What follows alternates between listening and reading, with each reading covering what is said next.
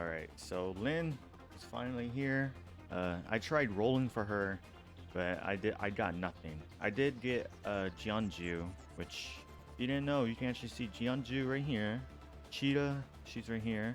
And then Tololo is actually right here. And then Lynn, of course. And then who is that? You know, I couldn't tell who that was at first from the event trailers, but it's Totolek. I didn't. We knew she fought in the doll arenas. I guess she's back, so I don't know. But yeah, we're gonna go ahead. Or as I was saying, you know, I tried rolling for Lin, but I got Jeonju. Which, by the way, I'll probably be calling her QJ for short, because I know the only reason why I even say that is because that YouTube channel I watch, Altris, he calls her QJ. But I might switch back and forth depending on how I feel. So doesn't look like a lot. We have 11 nodes, but let's go ahead and do the first one.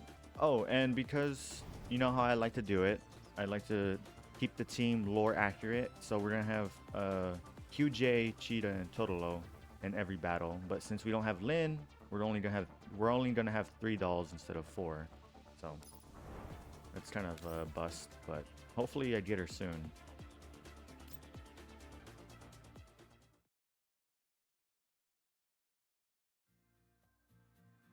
In the green zone, on the outskirts of the satellite city KYI-09, a light mist hangs over the Mansion District. Frostfall Squad is performing a battlefield cleanup after Jeonju's supervision.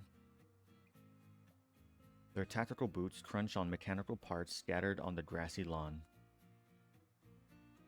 Wow, this place is huge. And it's got a swimming pool too. No wonder they had to buy so many guard robots. Is everyone living in the Mansion District this rich? It doesn't matter how rich they are. It's not like we'll end up making the same kind of money. We finally got a security assignment after so long, and in the end we're just facing a bunch of domesticated robots. I could have cleared them out all by myself. Lin, Cheetah, don't complain. Jeonju opens her day planner and checks each item and number on it, line by line. There's 10 minutes until the mission deadline. Looks like our tactical planning still has room for improvement. Give me a sit rep on your respective areas, starting from Tololo. Roger. 6 mechanical units eliminated in Area A. Motive core fragment clearance complete. Hehe, Area B is all cleaned up. It was easy since this genius was around. Area C is fine, of course. But has Griffin really been reduced to doing yard work for rich people now? Feels like we were providing after-sales service or something. It's true that this wasn't explicitly requested in our contract, but since our mission takes place in the residential area, it would make sense that we would handle cleanup duties here. In addition, I believe that attention to details like this demonstrates our commitment to providing good service, which will affect our future clients' willingness to hire us. Well, I hope our employers will appreciate your attention to detail, leader. That would keep our numbers from being so dismal. I know, right? Seeing as how we perform so well and so efficiently, and even have a genius like me backing everyone up, not hiring us is their loss. If you count not being blown up by those little explosive gadgets of yours as a loss, then they're definitely winning big. What are you talking about? It was only 1 or 2 times. I mean, a few times at most. Looks like we found the reason why people are hiring us less often, leader. Cheetah. Don't listen to Lin. She doesn't know what she's talking about. My inventions are fairly reliable under most circumstances. Annoyed, Cheetah spreads her arms in protest. Sunlight streams from behind them and reflects faintly off something on the lawn with a golden gleam. Tololo pauses as she spots the reflection. Tololo, what's wrong? There's something in the grass. She bends down and retrieves an ID card from under the wreckage of a robot.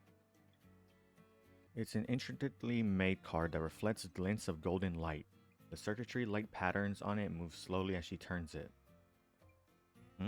If I'm not wrong, judging by how it feels, this should be...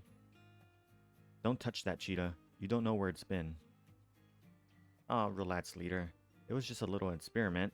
I'm not going to break it or anything. Look. Cheetah leans out from behind Tololo and experimentally pokes the card with her combat knife. Its edge knits the honeycomb patterns on the card, but then they slowly return to their original shape. The patterns, they fix themselves. How's that? Cool stuff, huh? This material is called Liquid Phase Shape Memory Alloy, or Liquid Polyalloy for short. The GR group just announced their patent on it recently. It might look small, but you could buy 10 T-doll frames for the price of this much material. We'll be set for a lifetime with this. I think the value part of it isn't the materials that went into making it, but the technology. Still, isn't this the property of the client? It's not like we were authorized to dispose of it, right? That might not be the case. We found it under this toaster, so maybe even the client doesn't know anything about it. Also, leaving valuable stuff like this lying around would make us look really unprofessional. In any case, we should be able to bring it back with us, right, leader? ... As a professional PMC, our focus should be on building long-term relationships and trust with the client as opposed to coveting short-term financial gain. However, it is true that taking care of valuable goods would count as a value-added service. And as it turns out, it's almost time. Beep. Jeonju turns away and dials a familiar number. Miss Helion, this is Jeonju. Permission requirements. Frostfall Squad has eliminated the road security robots, and we also have finished recovering their motive core fragments. I think the client should be able to move in without worries now. The sound of riffling paper comes over the transmission channel. Helion's tone seems a little more crestfallen than usual. Understood. Also, we recovered an ID card on the premises. Its function is unknown. Since the card is quite valuable, should we hold on to it for the time being before handing it over to the client? Yes, that would be a good way to handle the situation. Jeonju, I have full faith in your decisions because you always take all the relevant factors into consideration. I have also seen the efforts you and Frostfall Squad have made for Griffin. Thank you all for your hard work. You should consider this upcoming period to be a vacation of sorts. A vacation? So you're saying that our upcoming commissions... The sound of pages flipping comes to a halt, and Helion sighs quietly. Just then, an exclamation from Cheetah drowns out her reply. Leader, this is bad. Those tin cans are getting back up again. GNL protocol activated. System rebooting. Target identification module loading successful. Whoa. Executing attack order. Miss Helion, the situation has changed. The road robots have reactivated, and we need to deal with them ASAP. But if we do that, this commission might... Prioritize keeping your girls safe. If need be, you are authorized to take any and all means needed to resolve the situation. Understood. After ending the transmission, Jeonju fires off orders to Frostfall Squad. Cheetah, Tololo, move up with me and suppress them. Lin, focus your fire and eliminate the nearby targets. Remember, short controlled bursts only. Make sure we thoroughly destroy those robots this time. Move out.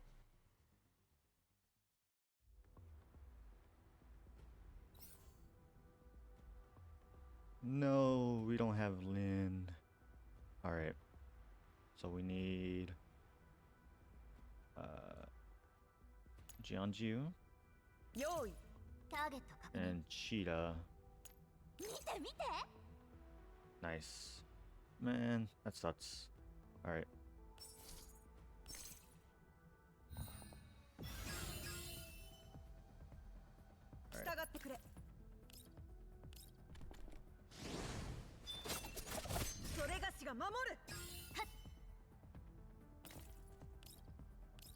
kind of overkill.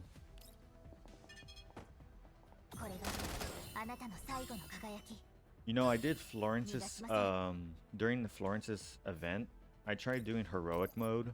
Oh man, I could not do it. I just, man, I don't know.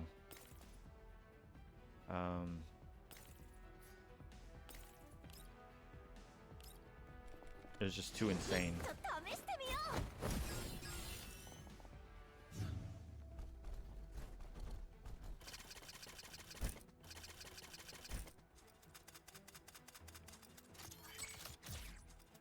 What? That's crazy. Okay, so those guys are clearly like, we need to get them out. These guys are here. That's crazy.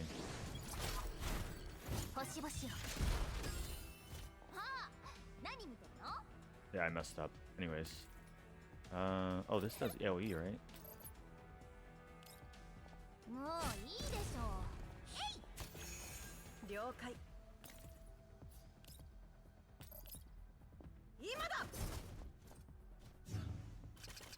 That's cute.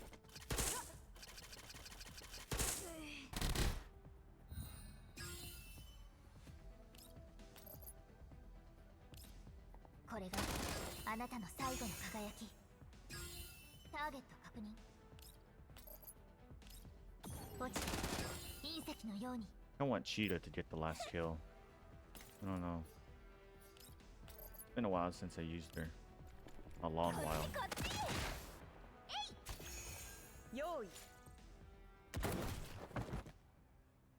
Bang. As the final gunshot rings out, the last of the defense robots blows up, collapsing into a pile of junk parts. Lynn puts her gun away with practiced ease and unwraps a lollipop before rubbing her arm, which was grazed by shrapnel. I can't believe I actually got hit by something like this. Pisses me off. Say, I noticed a while back, but you seem really sensitive to pain, Lynn. Why don't you turn it off in combat? Are you a masochist or something? My frame moves slowly when my glucose levels are low, so it's perfectly natural to use pain to boost my reaction times. Lynn turns aside in a somewhat unnatural way.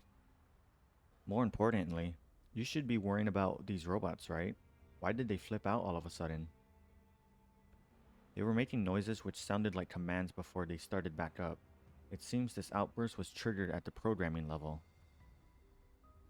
But we shot up their motive cores, didn't we? That's like cutting their power off.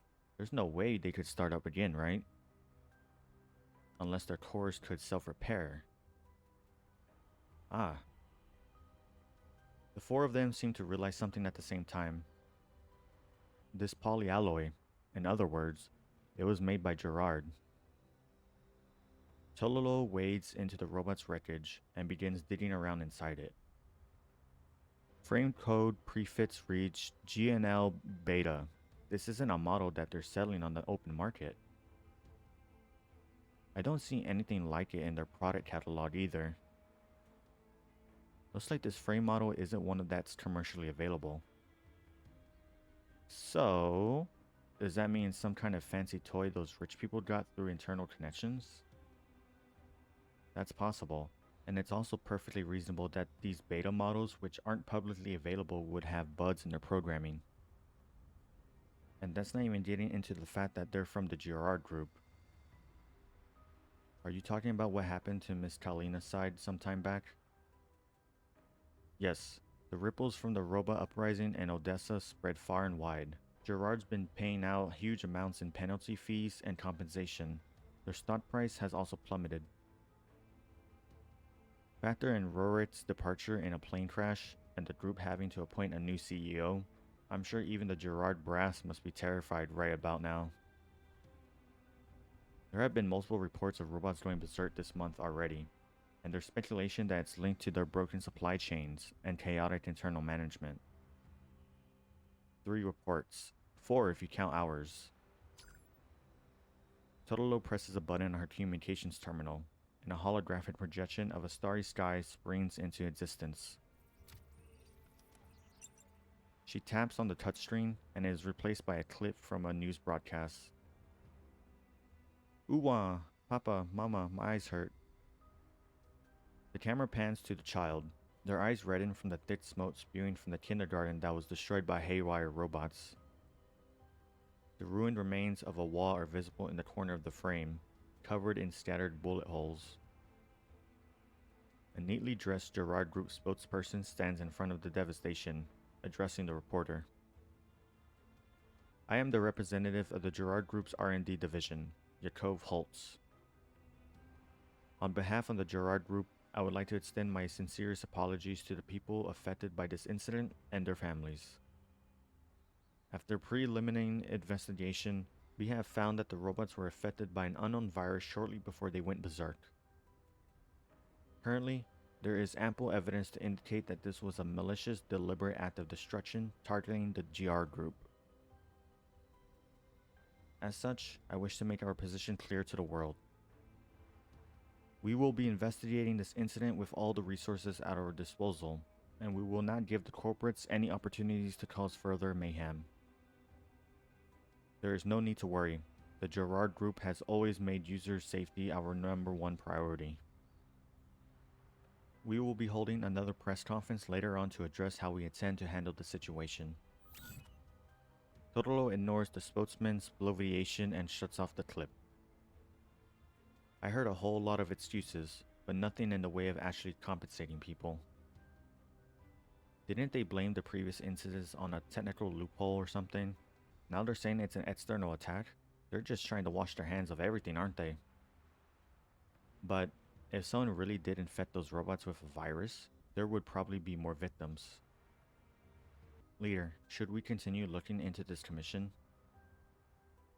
After thinking for a bit, Jeonju shakes her head. We don't have much ammo left, and getting further involved wouldn't be wise.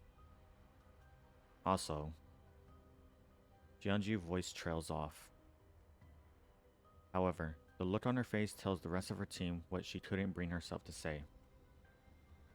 Because they all know that they don't have the mighty Griffin from before backing them up now. Ever since the war ended, the demand for PMCs from various factions and the civilian sector has drastically declined. In addition, Griffin was forced to restructure and downsize. All the clients who had formed stable partnerships with Griffin in the past have ended their cooperation with Griffin in one way or another. Although Frostfall's efforts have secured them a few permanent customers, there are times like these where there's no business to be had. Without their beloved commander and many of the dolls who were once their colleagues, the things they can do now are very limited indeed. Frostfall understands this point very well. Even so, while they might have chosen to walk different paths, at least everyone is still alive, and they all still have their shared memories. At the very least, when the commander finally gets tired of wandering the Yellow Zone, he will still have a place that can be called home. For that reason alone, they will do their best to keep Griffin going. Still, there are times when they must face the limitations of their circumstances, and accept the knowledge of their powerlessness that accompanies this realization. After sensing the dejection among her team, Jeonju softens her tone a little. I'll make a note of the potential risks in our debriefing. Even if we can't do anything about it now, I'm sure it'll be useful in the future. ... It's not like there's nothing that can't be done, right? Frostfall squad heads back to their vehicle. Lynn lags behind, connecting her data port to one of the robots and downloading some of their data to herself. While I don't know how it might help, let's just make a copy of it for now.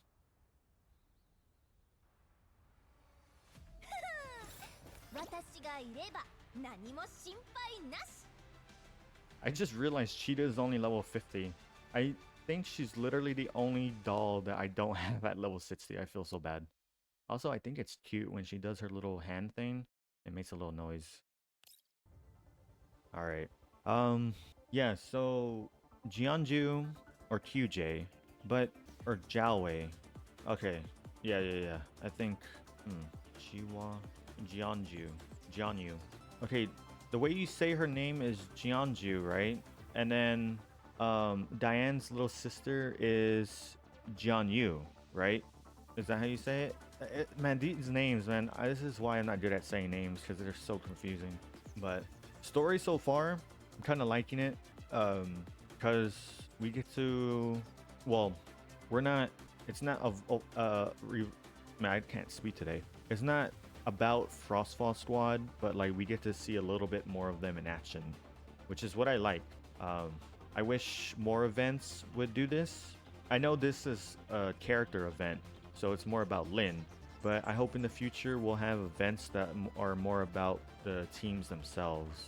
So, I'm trying to think. Yeah, I have no, I have no ideas. Anyways, but yeah, I mean, I'm liking it so far. Kind of a interesting little, you know. Obviously, I don't even know what I'm saying. I should just cut all this out, honestly.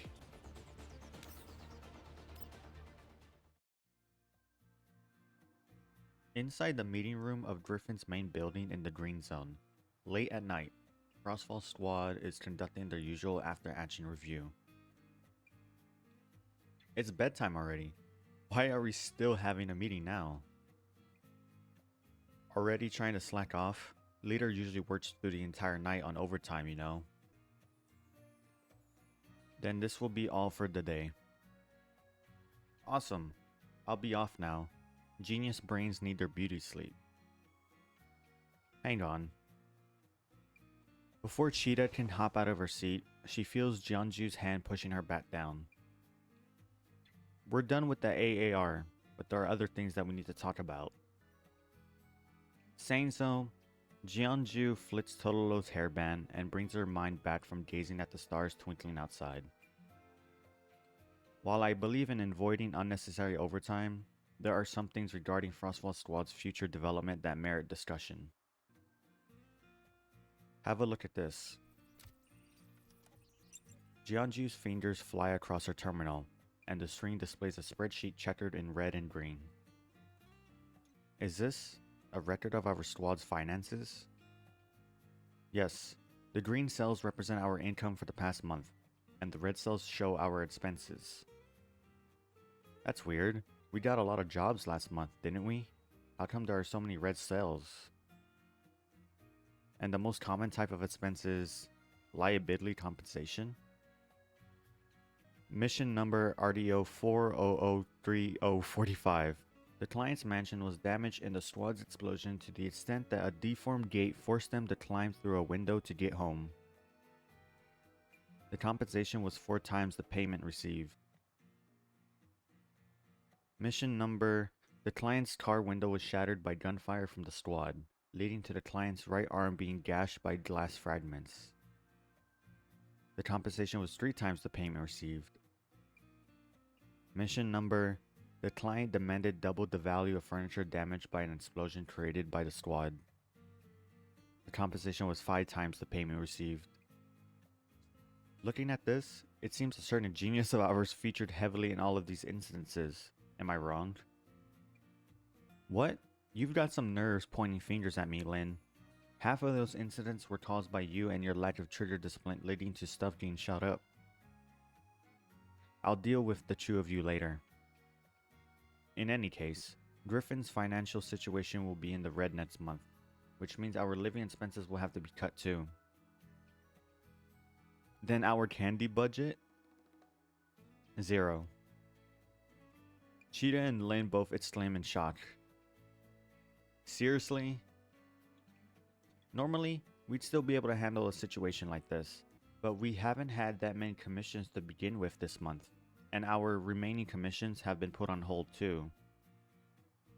Therefore, we need to find a way to salvage our financial situation before it gets worse. What if you sold this genius's inventions? Cheetah's inventions are all original and genuine. Those rich folks in white zones will be falling over themselves to buy them up, I guarantee it. Why would those wealthy people want to buy them? Are they tired of living, perhaps? Indeed, the safety of those products is a concern. Proposal denied. Perhaps we could try taking on some personal commissions. The legality and safety of those commissions are questionable and cannot be verified. Proposal denied. Now that you mention it, don't we have some big assets gathering dust in the logistics department? You know, those helicopters, that big tugboat, and all of that other crap? All of our missions now don't call for that stuff, so can't we sell them off or something? Those assets are essential for emergency situations and cannot be casually discarded. Proposal denied. Ah, this doesn't work. That doesn't work. Isn't there anything we can sell for some quick cash? Oh yeah. What about that ID card we picked up earlier today? Miss Helion discussed it with our client, who refused to claim it and said Griffin can dispose of it as we see fit. Sounds great. Let's sell it off to an underground broker then. Didn't Cheetah say it was super valuable? That means we ought to be able to hold out for a good long time if we do. Proposal denied. You're even going to deny that too? Well, do we have the address for any underground brokers in Griffin systems? No. I mean, they don't even have any fixed premises or anything. What kind of information would we possibly have on them? Then can we use public trade platforms to work out this deal? If such avenues were available to them, they wouldn't be underground brokers. In other words, it's too risky. Proposal denied. ... As Jeonju looks around at her teammates, who all seem a little out of it, she feels her head beginning to ache. While she had already expected that finding a solution would be difficult, she wasn't expecting them to not make any progress at all. Frostfall Squad's role is too poorly defined. We take on any kind of assignment, but that also makes it harder for clients to choose us over our peers who have more specialized skill sets. It seems just focusing on service details isn't enough. Jeonju sighs quietly and gives up on continuing the discussion. We'll end today's meeting here then. I'll go talk to Miss Helion again and see what other assets we have available to us. Dismissed. Half an hour later. Someone stalks the quiet corridor, frazzled from a lack of sleep. It's not like I don't understand where Leader is coming from, but she's being a bit too cautious, isn't she? Goroza's squad and 404 are already helping the commander, while Liva and the others are helping Kalina too. Meanwhile, we're stuck treading water in the green zone, all curled up into a ball, and trying to think of how to make a living. It really pisses me off. In any case, let's grab the ID card while Leader and Miss Helion are talking. After making up her mind, Lynn opens the door to Helion's office. However, the scene depicted in her visual modules comes as a bit of a surprise. Is someone there? The moonlight shines through the window and illuminates the corner of Helion's desk. A very suspicious looking character is there, rummaging around like they're looking for something. Ha. After confirming that the object bobbing around on the thief's head is a beret, Lynn breathes a sigh of relief. She silently circles around behind the burglar and slaps her on the back. Oi, Cheetah! Aye! The sudden smack startles Cheetah so bad that she curls up into the fetal position and grabs her head. Caretaker's caretaker. I'm sorry, I'm so sorry. I didn't mean to come here and steal stuff. Please give me a chance to turn over anew. Quiet, you. It's not Miss Helion, it's me. Huh? Cheetah looks back and giggles at Lynn. Oh, so it was you, Lynn. You scared the hell out of me. What are you doing here? I'm pretty sure you already know. Oh, so you had the same idea as me. Namely, to sell off the ID card, am I right? Congratulations on arriving at the same conclusion as this genius's brain. Wasn't I the one who suggested that? Also, if you're searching for the ID card, you should be looking over there, right? Lynn points to the code-locked safe behind the door. Where? When did Caretaker's caretaker move it there? Who cares? The important thing is that our genius can finally be put to use. You should have something that can open safes, right? Show me what it can do. Of course I do. It's just a safe. I can open it in just 3 seconds. Cheetah produces an unlocker from her pocket and connects it to the safe. 3, 2, 1. Click. As the bolt slides back, the two of them open the safe door. The gleaming ID card lies quietly inside it. Hehe, how's that? Are you in awe of this genius's invention? Isn't it amazing? Yeah, it is. Lynn nods, then slips the card into a waistband pocket before heading out the door, leaving Cheetah staring dumbfoundedly at where the card used to be. Huh? Walking off just like that is really rude, you know. Aren't you going to discuss your next move with this genius? Also, shouldn't you show some respect? I mean, I'm the one who opened the lock, you know. Hey, are you pretending not to hear me? You should be singing praises of my genius. Shh. Lynn raises a finger and signals Cheetah to shush. Then she beckons behind her, indicating that Cheetah should follow. Well, we're the ones who caused most of the trouble anyway, so we might as well go settle it together. Settle what? The money problem. The whole point of getting this was to sell it for money, right?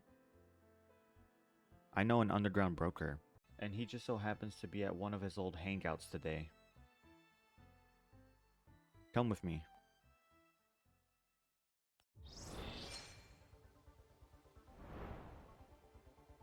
Dang.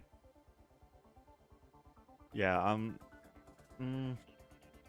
don't know what. I thought I had a thought, but no. I'm wondering how this is gonna lead up to the... Oh wait, you know what? I have a guess. I think what's gonna happen is we're gonna participate in a arena fight, and we're gonna run into Turbulent. Yeah, I think that's what's gonna happen.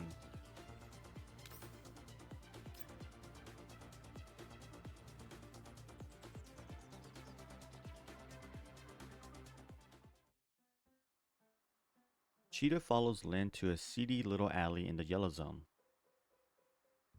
The nearby streetlights crackle and blink every now and then. The ground is covered with beer bottles and other junk, and the air is redolent with a rotting stench born from the unholy fusion of inspired alcohol and food scraps. Ooh, is this the old hangout you were talking about? Can anyone who lives here really afford to buy that polyalloy card? You can find underground brokers anywhere. Why make a big deal out of it? Rather than worry about not being able to find a buyer, you should think about what you'll do if robbers suddenly show up. Lynn reaches into her waistband pocket. The hard sensation there helps calm her narrow cloud down a little. Relax, we're both super strong tactical dolls, aren't we? Who would be dumb enough to try and mug us? Oh yeah, how did you meet that broker anyway? You know how you keep asking for materials for your inventions, especially the stuff with really weird names? I can only get those through less than legal channels. Did you only realize that just now? Huh? So that's how it works. I guess this broker guy really helped us out a lot. I'm suddenly filled with confidence about this trade. After hearing you say that, any confidence I had is gone. Lynn comes to a halt in front of a neon sign that seems to advertise a bar. Right, this is it. We'll do things like we discussed. I'll talk to the broker, you keep watch outside. Huh? Are you sure you don't want to let everyone's beloved genius, yours truly, handle the interaction? I've already dealt with him several times before, so I'll probably have better luck handling with him. You can take that mouth of yours and squawk if you see anything funny. Lynn continues down another winding alley and arrives in front of a rusty door grate. She nods lightly on it, and it cracks open a hair shortly afterwards. A weary face is visible in the gap. The man exchanges looks with Lynn, then nods and opens the door, gesturing for her to enter. Phew.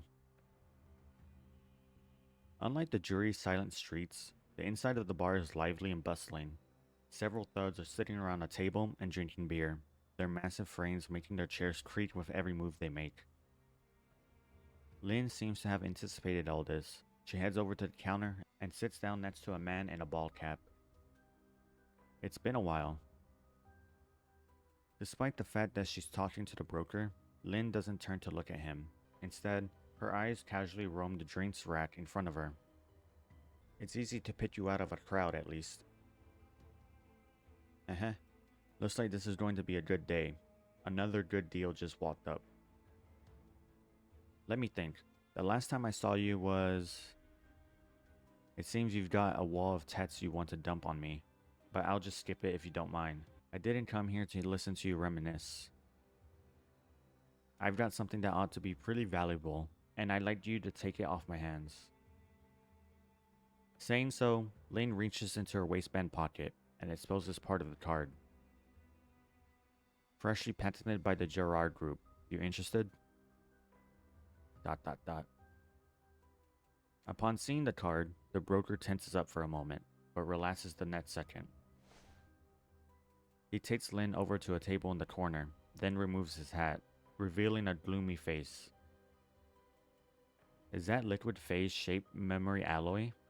That is rare. Selling it off would be a bit troublesome, but if the price is right, there will be no shortage of buyers. Provided, of course, that there's nothing wrong with the goods. You can just say you want to test it, you know.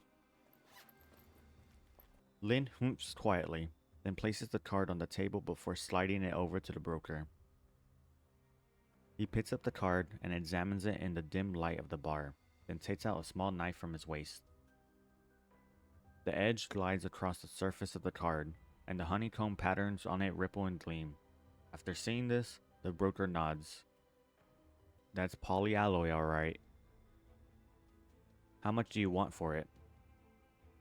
This much will do. Lynn shows him a number. The broker doesn't respond right away, instead waxing thoughtful. The card in his hands drums across the table with a tap, tap, tap. Rare goods have a lot of value as collector's items. Unfortunately, I don't have enough cash on hand to pay you in full.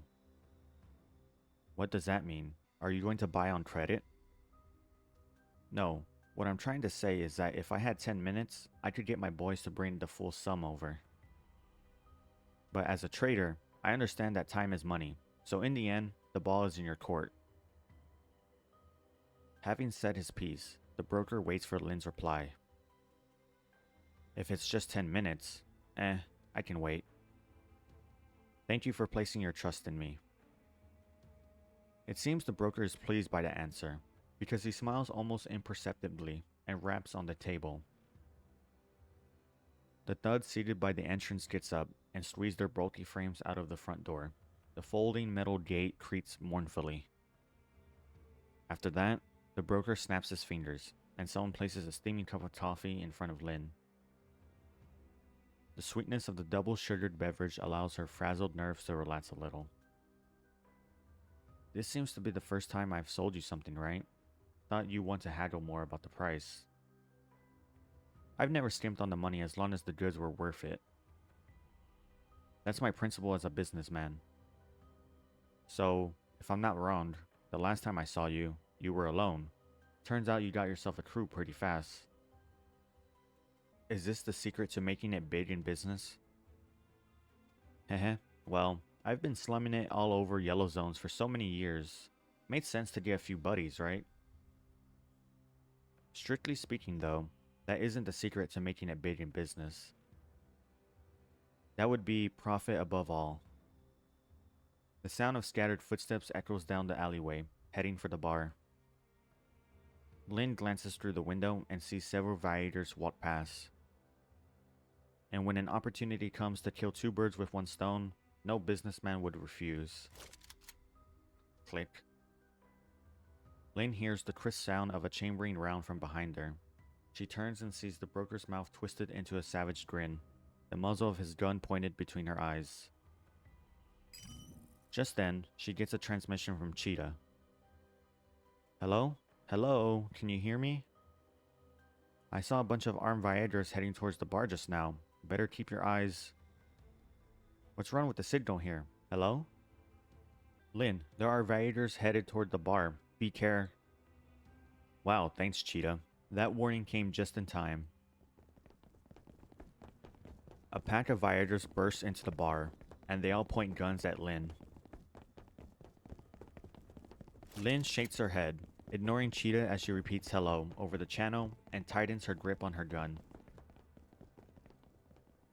I was hoping we could settle this in a civilized way, but it looks like that's not an option anymore. Fine then. I've been pissed off all night. Time to take it out on you.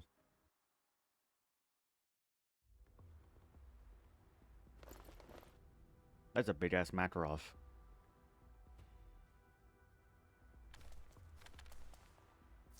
I knew it. You're only punctual when it's time for a fight, aren't you?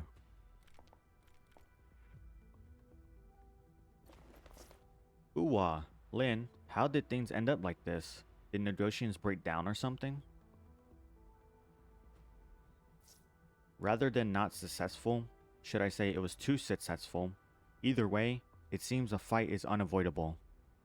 Cheetah, prepare for a breakout. Hee, time for this genius to show her brilliance.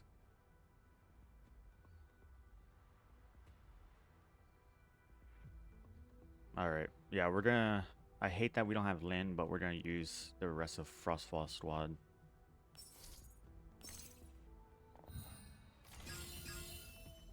And you know what? This setup right here would be perfect for her. Man, this is like... They're all lined up just right.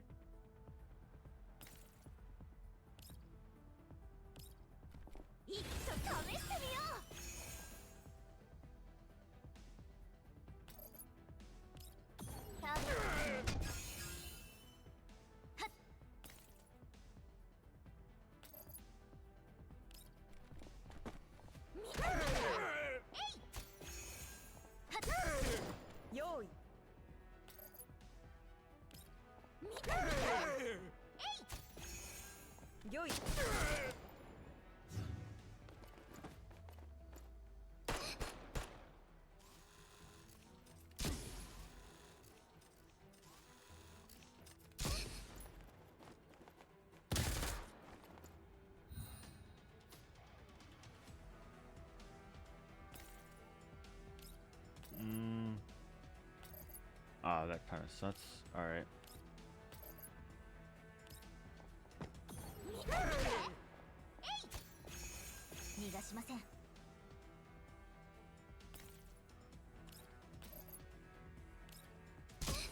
Ow.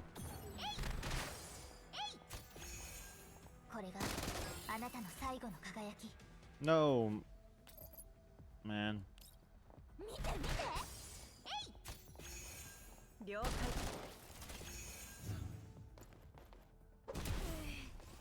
Thanks, dude.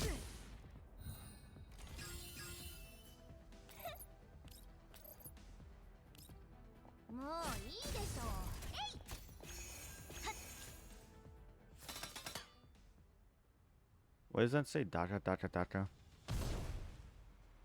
Tons of fire spit from gun muzzles, riddling the door with sparks. Unable to hold up on its own weight, it collapses with a loud crash, and Lynn and Cheetah take the opportunity to escape the bar. The sounds of gunfire, the Viagers yelling, and the girl's frantic footsteps blend together in the pitch-black alleyway. Savages, all of them. Lynn shoots an exasperated look at Cheetah. What are you looking at me for? If not for this genius's heroic intervention, you'd be in even bigger trouble now, right?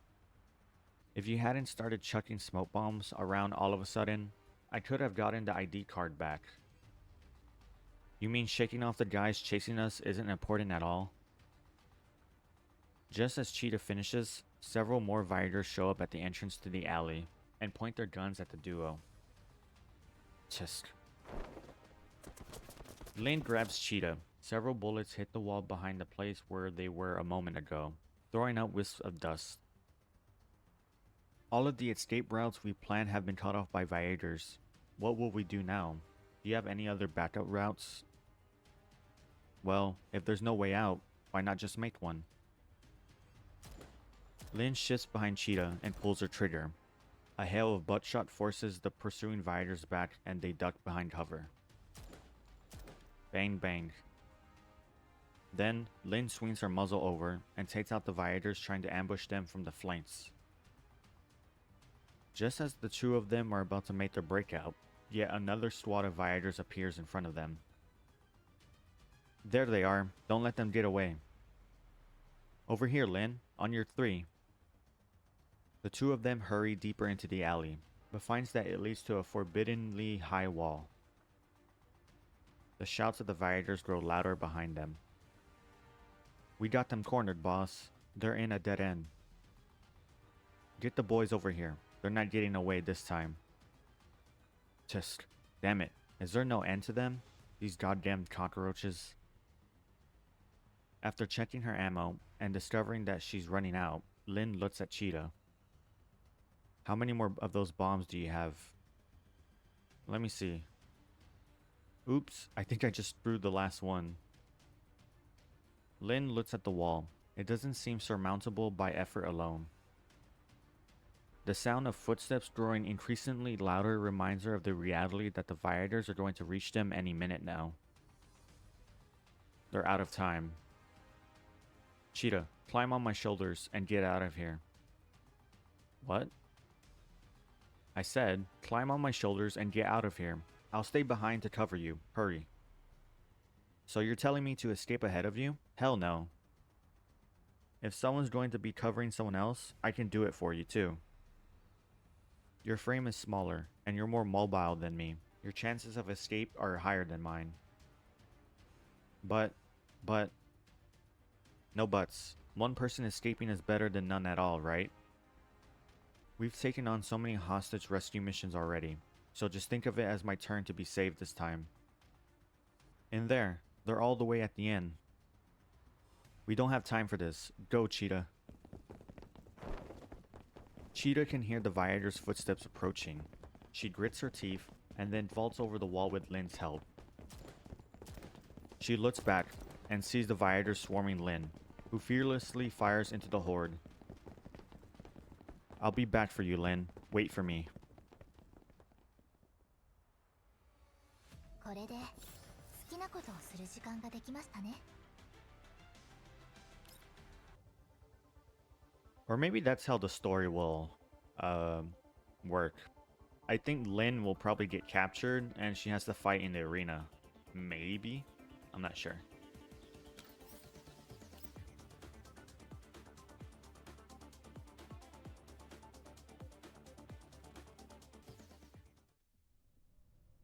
On the outskirts of the Yellow Zone,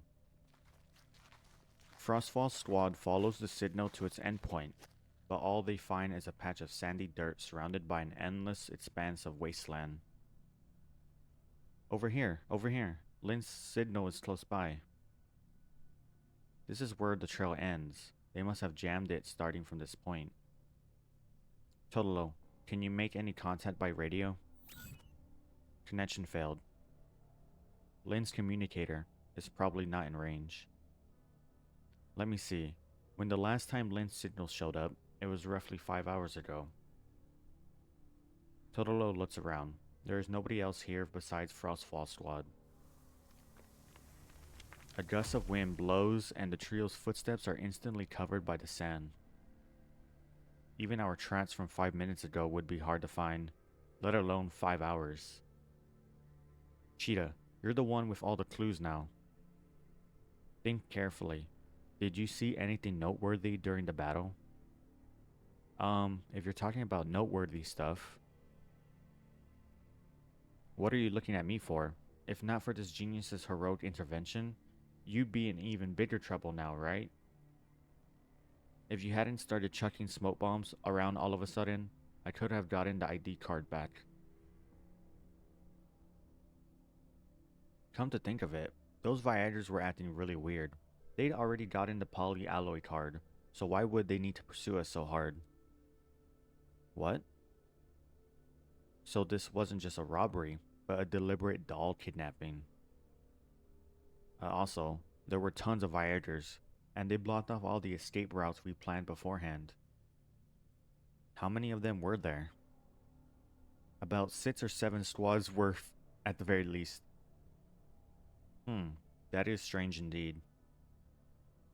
The Viators usually think of underground brokers as easy targets due to the difference in fighting strength, so both sides tend to think poorly of each other.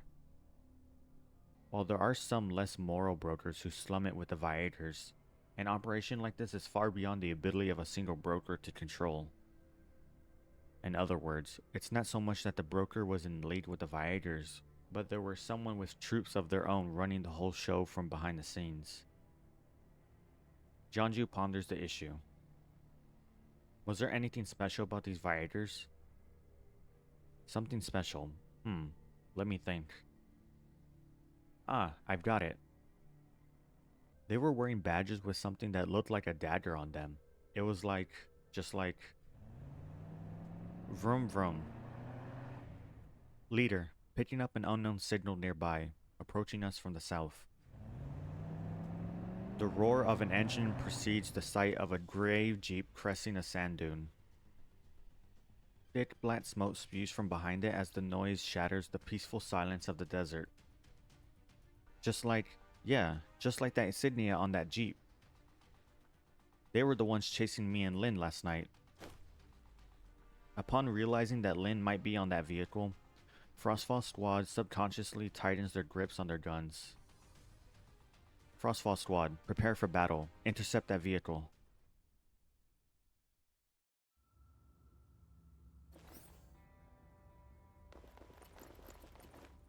Oh well, Lin's not here, so...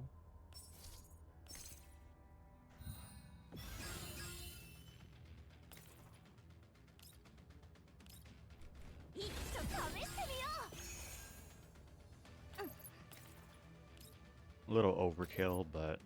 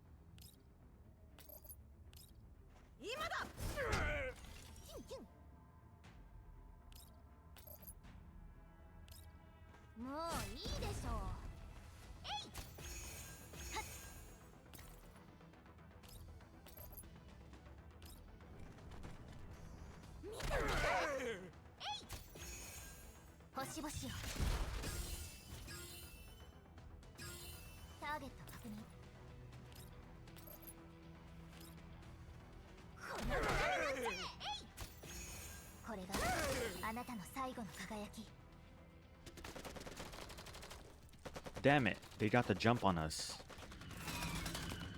As bullet hits their tires, the Viators realize that something's off and frantically pull hard on the steering wheel. Retreat! Retreat! Heh. Think you can run? Not so fast. Bearing 35 degrees, ready to... fire. Frostfall Squad seizes the moment and opens fire as one.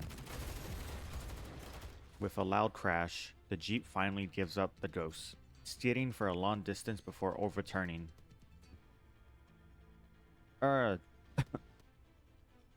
Leader, we've intercepted the vehicle. I'm heading in to search it. Leader, I didn't find Lin on the vehicle, but I found that broker from yesterday who dealt with us. Cheetah drags the trussed-up broker from the crashed Jeep and dumps him on the ground like a sack of potatoes.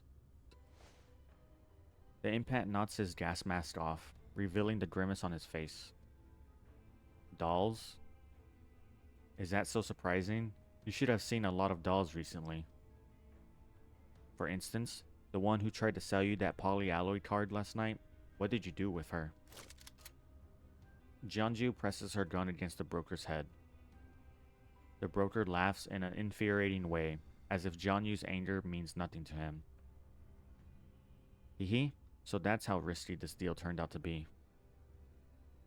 If I'd known, I would have asked that guy for more. Don't change the subject. Jeonju jabs his temple with her gun for emphasis, and the pain makes the broker wince. I'll ask you one more time. What did you do to Lin, and who is that guy? Okay, fine.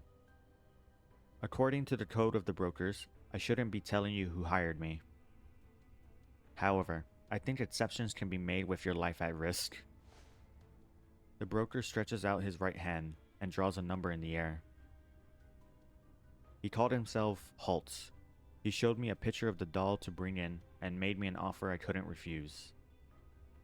As for whether it was a fake name or what he wanted the doll for, beats me. It's way above my pay grade, so to say. Holtz? Jeonju is visibly surprised to hear that name. Leader, what's wrong? If I'm not wrong, the client from yesterday's commission at that mansion was also called Holtz. And according to the client information he submitted, this Mr. Holtz ought to be the young master of a toy company. Wait, seriously? What would some little prince from a toy company even want with Lin? I'm not sure, but I am sure that Miss Helian's information is correct. Where did you hand her over? It was due south from here, at a port on the edge of the Yellow Zone. We can talk terms here, and make a mutually profitable Bam. Jeonju decides that there's nothing more she can learn from him, and cuts off his blather with a gun butt to the back of his head. Cheetah knocks out the rest of the Viagra moots as well. Leader, since we know where Lin is, we should head out right away. Totoro emerges from the jeep, waving to Jeonju with the ID card in hand. Search complete. I've recovered the polyalloy card. Yes, Lin might be in danger, so we should move quickly. Frostwall squad, head towards the port at maximum speed. これで好きなことをする時間ができましたね。 I don't know if I ever said this, but Totoro was my first what is it? I don't remember the name, but my first gold doll. I plan on marrying her. She's gonna be my first.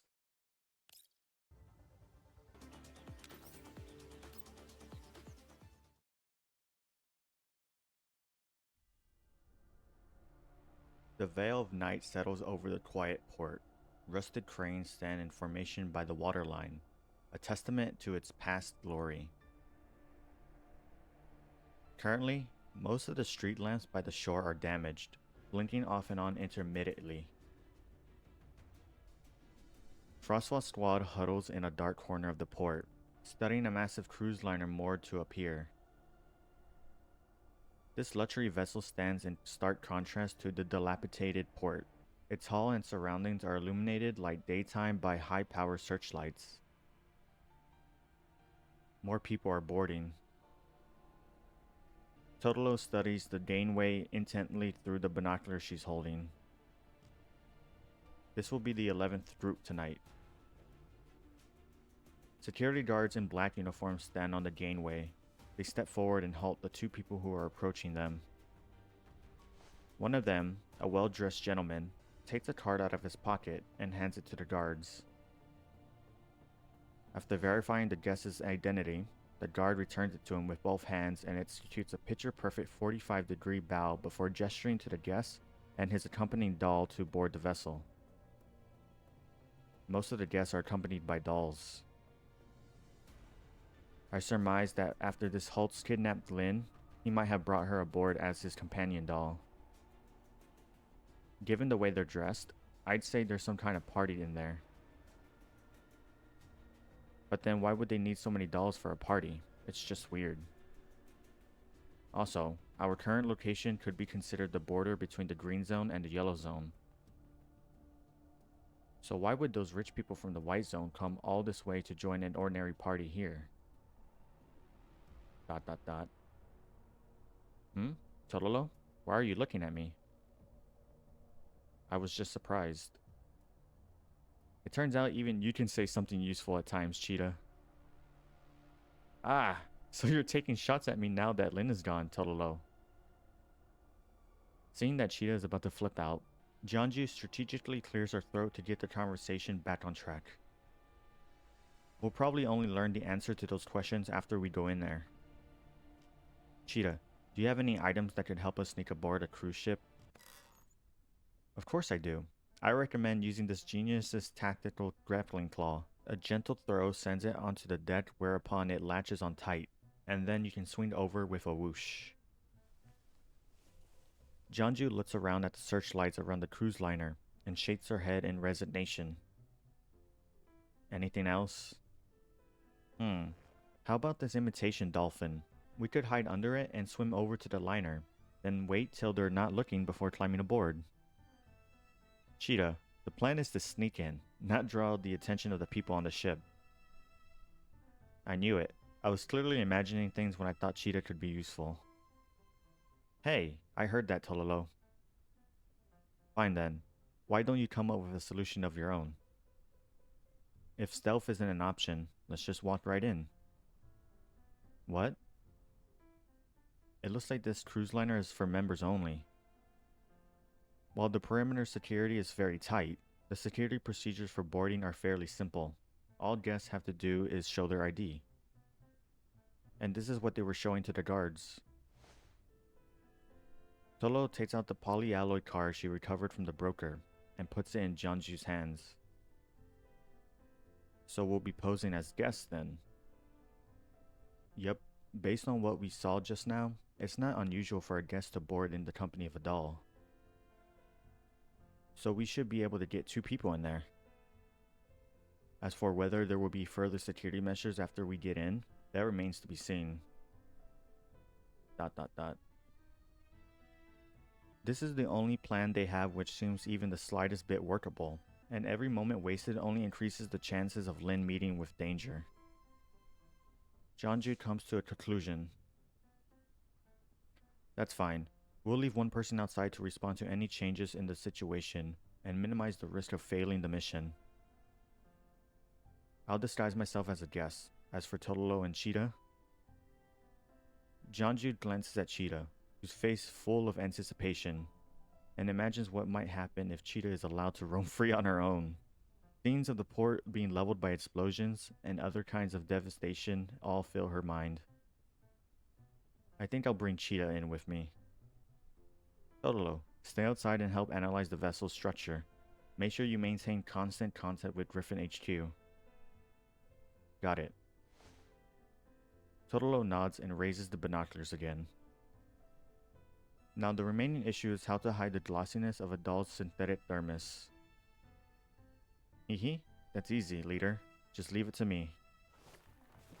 At last, it's time for my genius invention, Skinwalker Spray, to shine. Soon, Tololo is watching Jianju and Cheetah approaching the gangway through her binoculars. Greetings, your identification please. Jianju hands the guard the ID card with her left hand. Her right is behind her back, feeling for her dagger.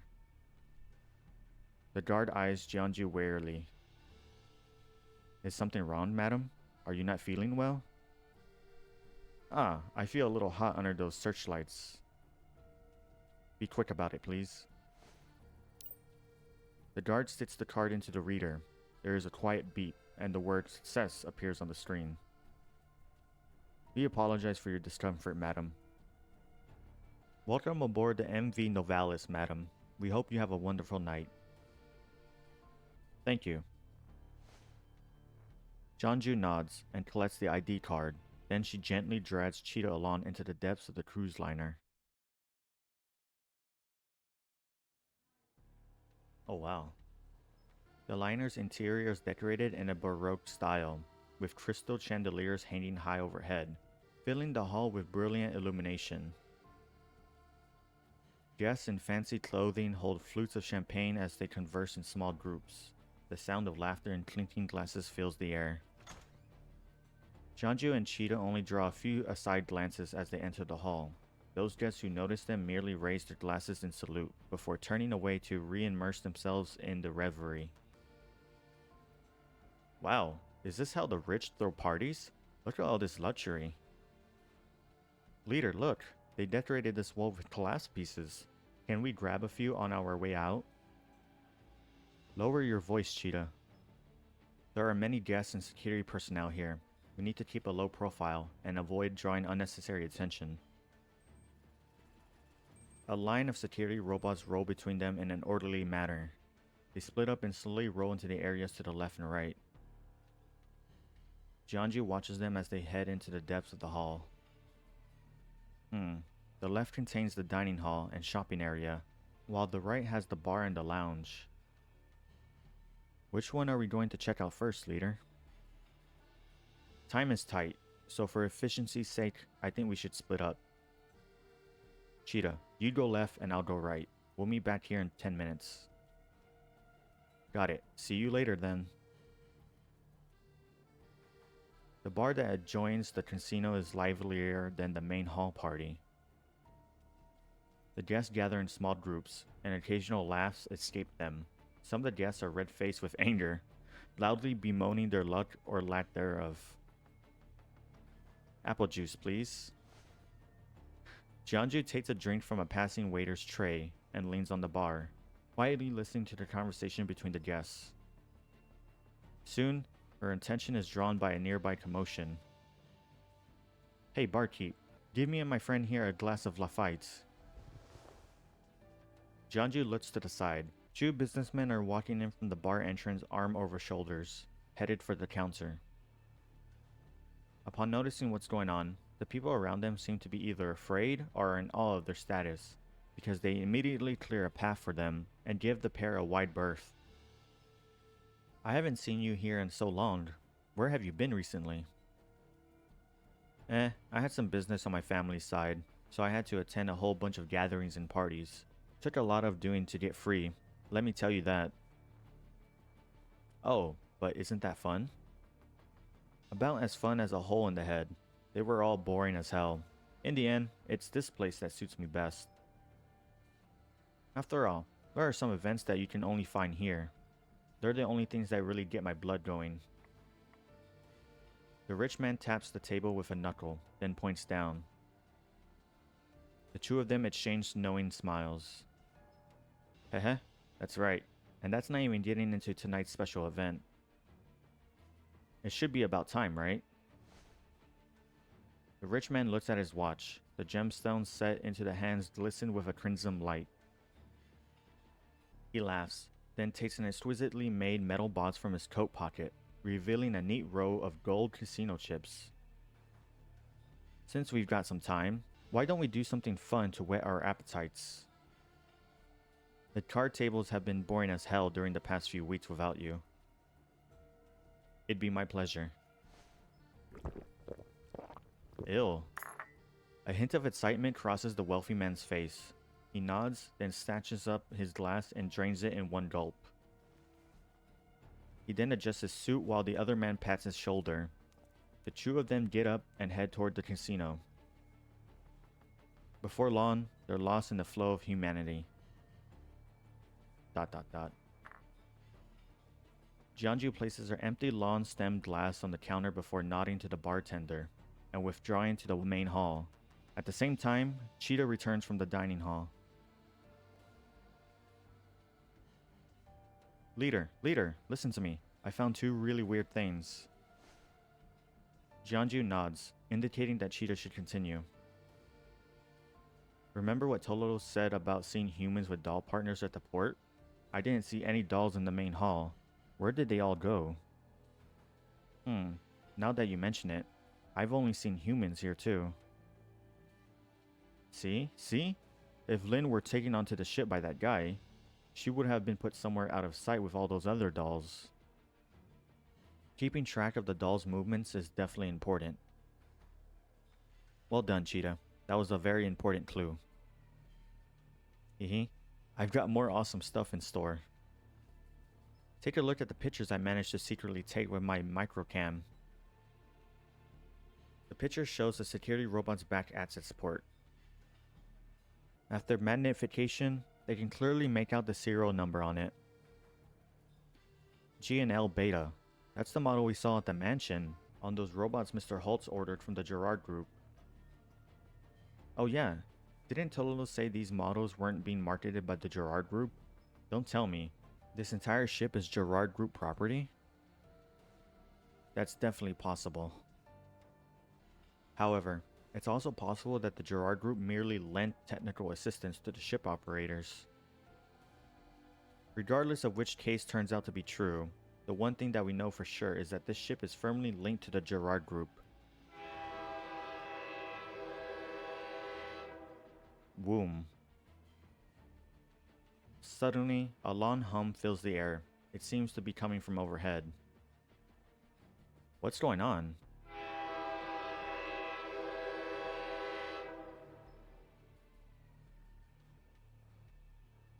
The humming gets louder, but the guests seem completely used to this and do not respond in any way. Just then, Jianju's communicator beeps. She picks up the call and hears Tololo's voice. Leader, the gangway guards just returned to the vessel, and the gangway's been closed up. It seems the ship is about to weigh anchor. No wonder we heard that strange noise. It must have been the vessel's air horn. I'll have Miss Healing arrange for vehicle support so I can continue supporting you at sea. I'm concerned that the situation might spiral out of control once the ship leaves port, so please be careful. Understood. As it turns out, I have some things that I need you and Miss Helian to investigate too. Jianju briefs Totoro on everything she's learned so far. So you want to look into the link between the Novalis, Mr. Holtz, and the Gerard group? Yes, I've got it. Also, I have some input on the potential location of the dolls that I'd like to share with you. In the next moment, Jianju receives a quick sketch of the liner structure. Observations on the exterior suggest that the liner is divided into 3 main decks, marked 1F, 2F, and B1. Passengers can only board the vessel via one route. In other words, via the 1F deck, where you are now. Then what about 2F? What are they doing up there? Thermal scans indicate that 2F contains servers, so my guess is that it has a functional purpose similar to a server room. A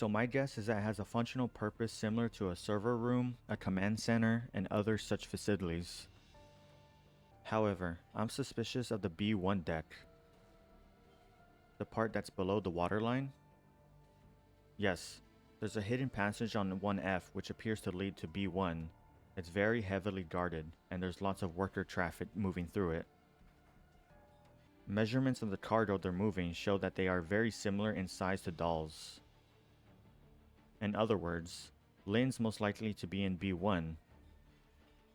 Leader, since we know where the entrance is, why don't we hurry over right now?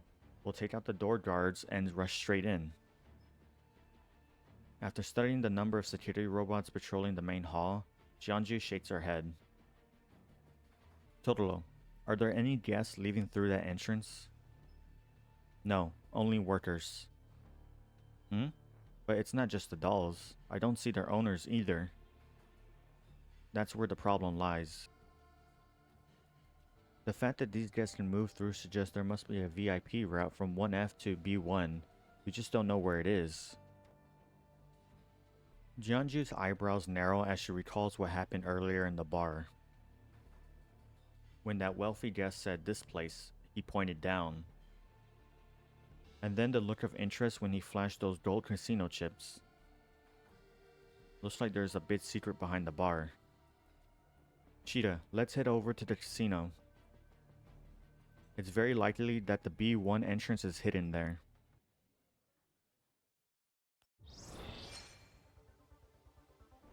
Ah, very cool. I knew it. There's an underground... That's what I figured. Like, it's an underground... Not underground. Technically underwater, but...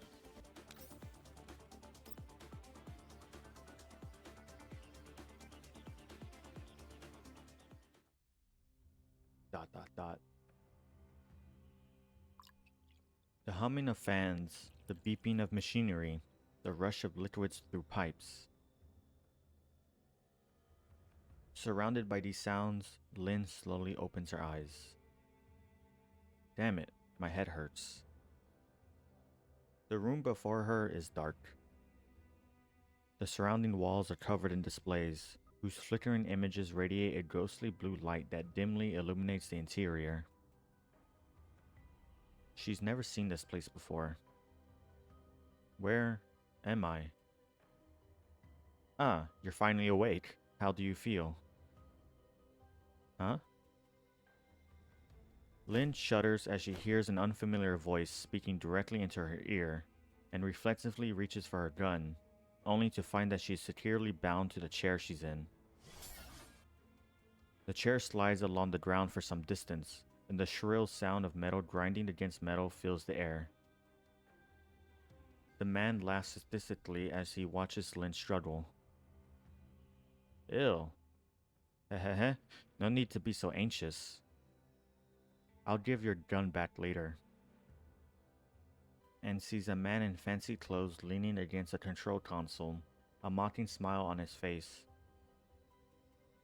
He has one hand in a pants pocket and holds a long-stemmed glass in the other, blissfully savoring the fragrancy of the wine within. The man slowly raises his head and exhales a long, slow breath. Even the best wine only shows its true worth in the eyes of one who understands it. Similarly, even the most powerful doll can only show its true power when wielded by a capable master. If I were you, I'd feel honored to have been chosen by a professional like me. ... Cat got your tongue? Are you in such awe of my presence that you cannot muster up the ability to speak? No, it's just that you're trying so hard to be cool, and all you're doing is being cringe instead. Is this what passes for businessmen these days? Have you fallen so low that you've resorted to kidnapping dolls? You'll really do anything to make a quick buck, won't you? ... The corner of the man's mouth twitches visibly. He takes a deep breath and forces a smile on his face once again. It looks like I'll need to properly introduce myself.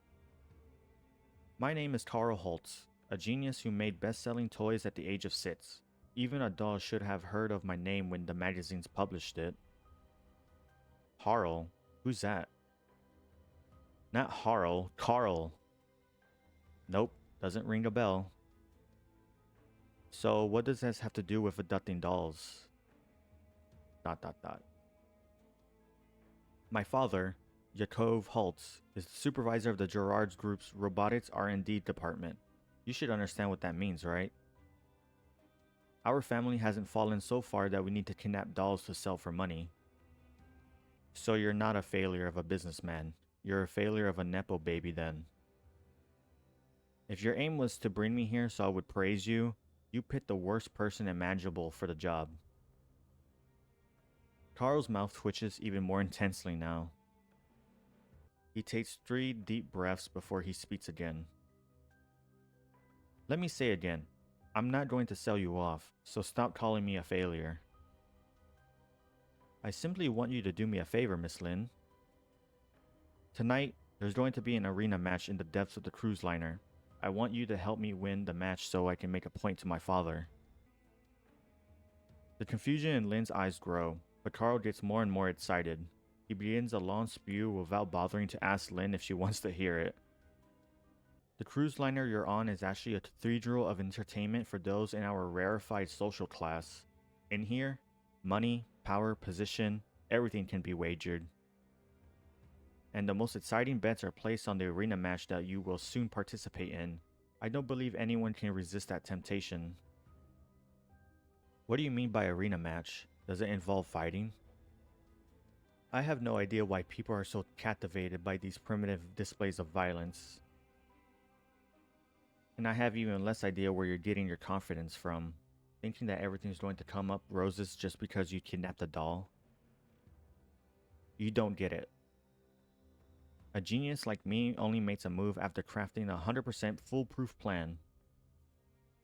Since the arena match is a contest of strength, There's no question that tactical dolls have an advantage over civilian dolls.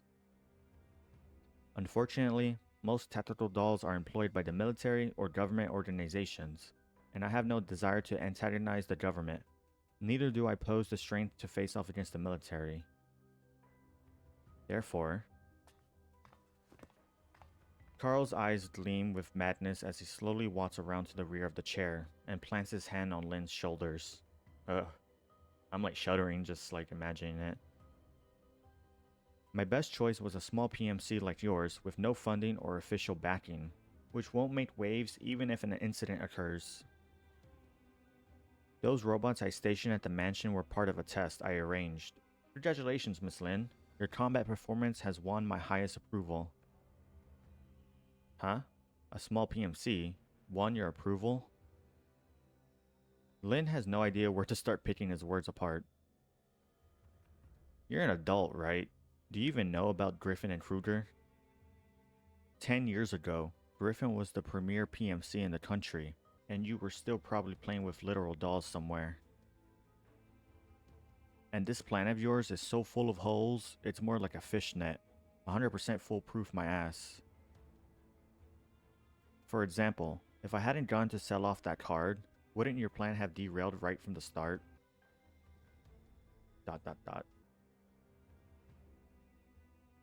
But in the end, you went out and tried to sell it, right? That just proves my plan worked. Even if you hadn't taken the card, then I would have uncancelled my future commissions with Griffin and continued trying to lure you out. As long as I could get you away from Griffin, I'd have a chance to make my move. Carl begins rambling to himself. The mania in his eyes gradually fades, replaced by gloominess. Humph, the Viators were useful for that at least. Offer enough, and they'll solve any kind of problems for you. Ha. If you hadn't mentioned Gerard Group just now, I'd probably have mistaken you for some stupid playboy. Do you actually think those Viator thugs can be trusted? Are you retarded? How the hell did the Gerard Group manage to produce a failure like you? ... Shut up. Carl's expression shifts, and he tightens his grip on Lynn's shoulders. The sudden pain forces Lynn to frown. Shut up, shut up, shut up. Stop calling me a failure. You're the same as all those people from the Gerard Group. All you do is piss me off.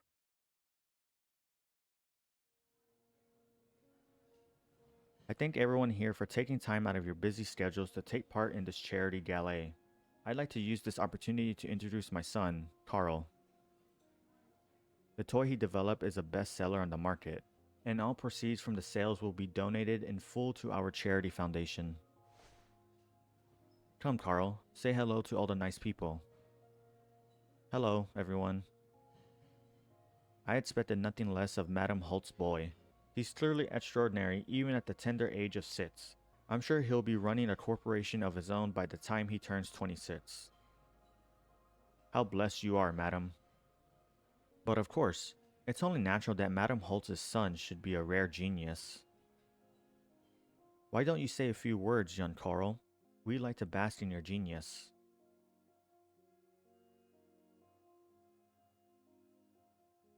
Thank you all for coming to attend my wife's funeral.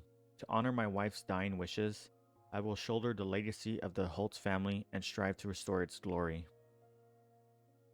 My condolences, Mr. Yukov. It is truly a shame that your wife was taken from us in the prime of her life. I cannot imagine the sorrow that you and young Master Carl must be going through now. Father, I want to see Mother. Where is she? Is Mother not coming back? Silence, Carl. Stop whining like a little failure. My apologies. It seems we have shown you an unseemly side of ourselves. Damn, bro. Like, really? You didn't have to do... Okay. Ho ho! Here comes the failure of the Holtz family. Still playing with toys at this age. The Holtz boy never really grew up, did he? Why don't you say a few words, Carl? Teach us how to be a spoiled failure who doesn't even care about how pathetic he is. ... I know they're trying to give us his backstory, but it doesn't make me feel bad for him at all. I mean, yeah, it's messed up, but it's, you know, the experimental funds I gave you were so you could develop mechanical products that would contribute to the Gerard Group, not to waste on playing house. I wasn't expecting you to make a decent copy of that doll, but are you saying you can't even figure out a way to defeat it? Is that it? How did Celia give birth to a failure like you?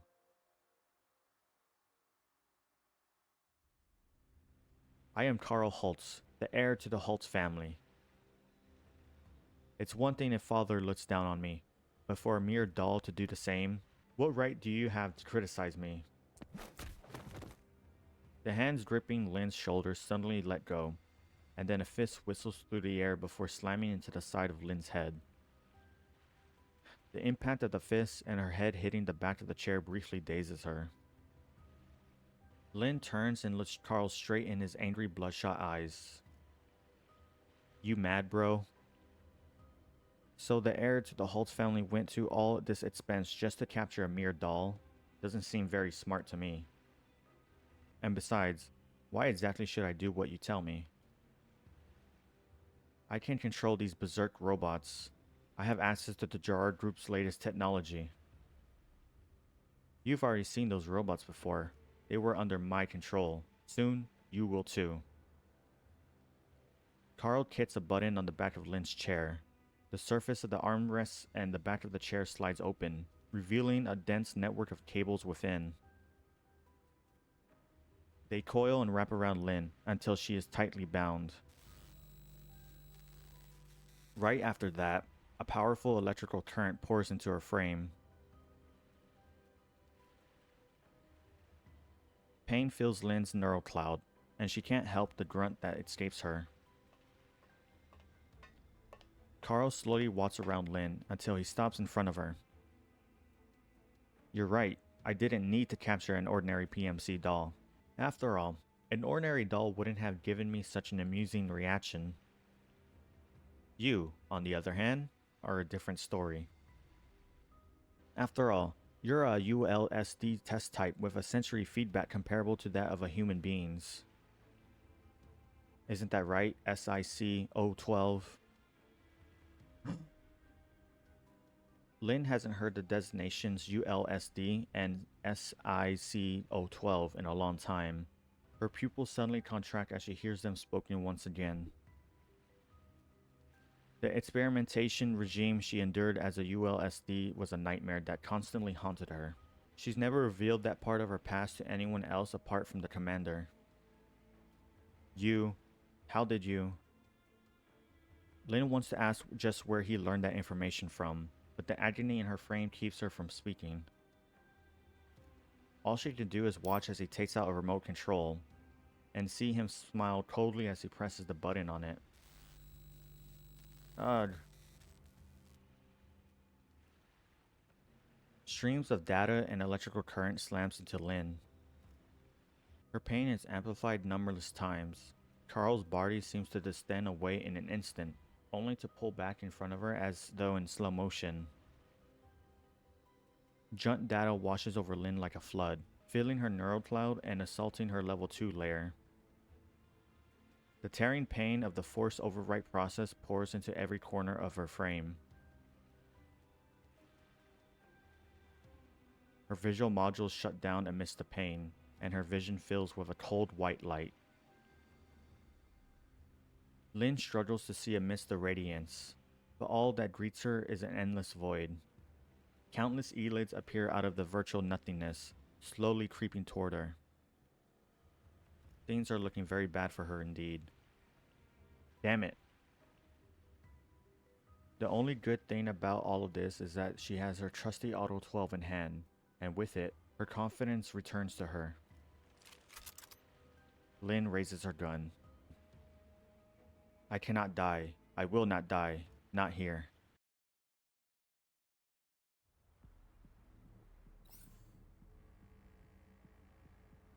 And we still don't have Lynn though, but we can make do.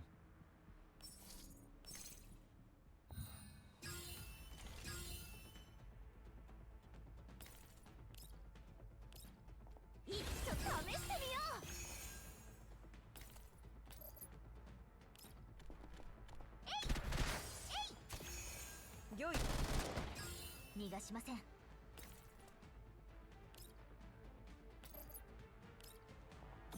々になっちゃえ。星々よ。ターゲット確認。墓地隕石のように。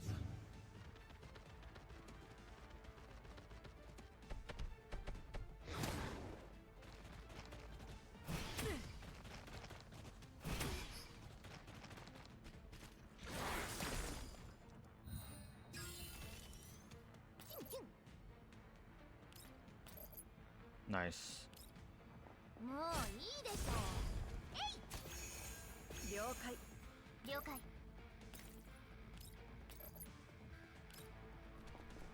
粉々になっちゃえ。星々よ。はっ。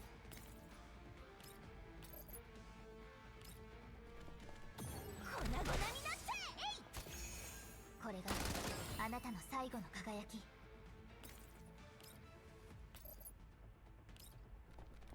今だ。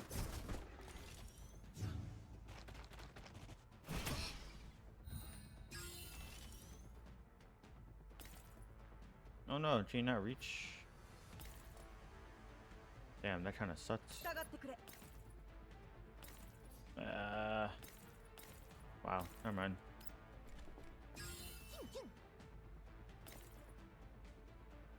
No, can't reach. Man, his range is crazy. ターゲット確認。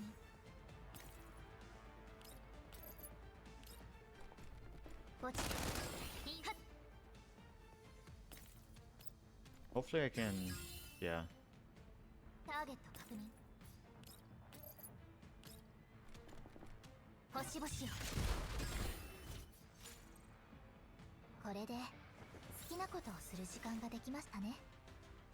Oh yeah, I finally got Cheetah to level 60.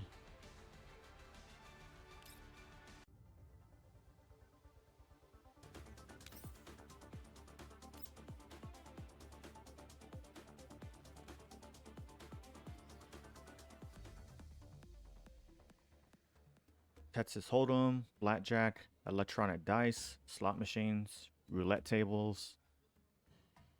They really do have everything here. The illumination from the luxurious decorations and lurid lighting meld together as gamblers move back and forth between tables, lost in this hollow enjoyment. Jeonju and Cheetah dart between the crowd, searching for a clue about how to get to the B1 deck. Those two rich patrons I saw at the bar earlier are gone. Leader, look. Do you think they went there? Jeonju looks where Cheetah is pointing. A pair of black-suited guards are standing in front of a grand-looking door. This door seems quiet and sedated compared to the liveliness of the rest of the casino. There's something written on it. Let me see. VIP area. Only for guests with gold chips. Wow, what's this VIP area? And what are those gold chips? Is there a super casino in there or something? When that wealthy guest mentioned a special event, he flashed a stack of chips which looked like they were made of gold. It looks really suspicious. Looks like we'll need to think of a way to get in there. Cheetah, how much cash do you have on hand that we can exchange for chips? Right now? About 500 credits worth, I guess. But leader, that's the last of my candy fund.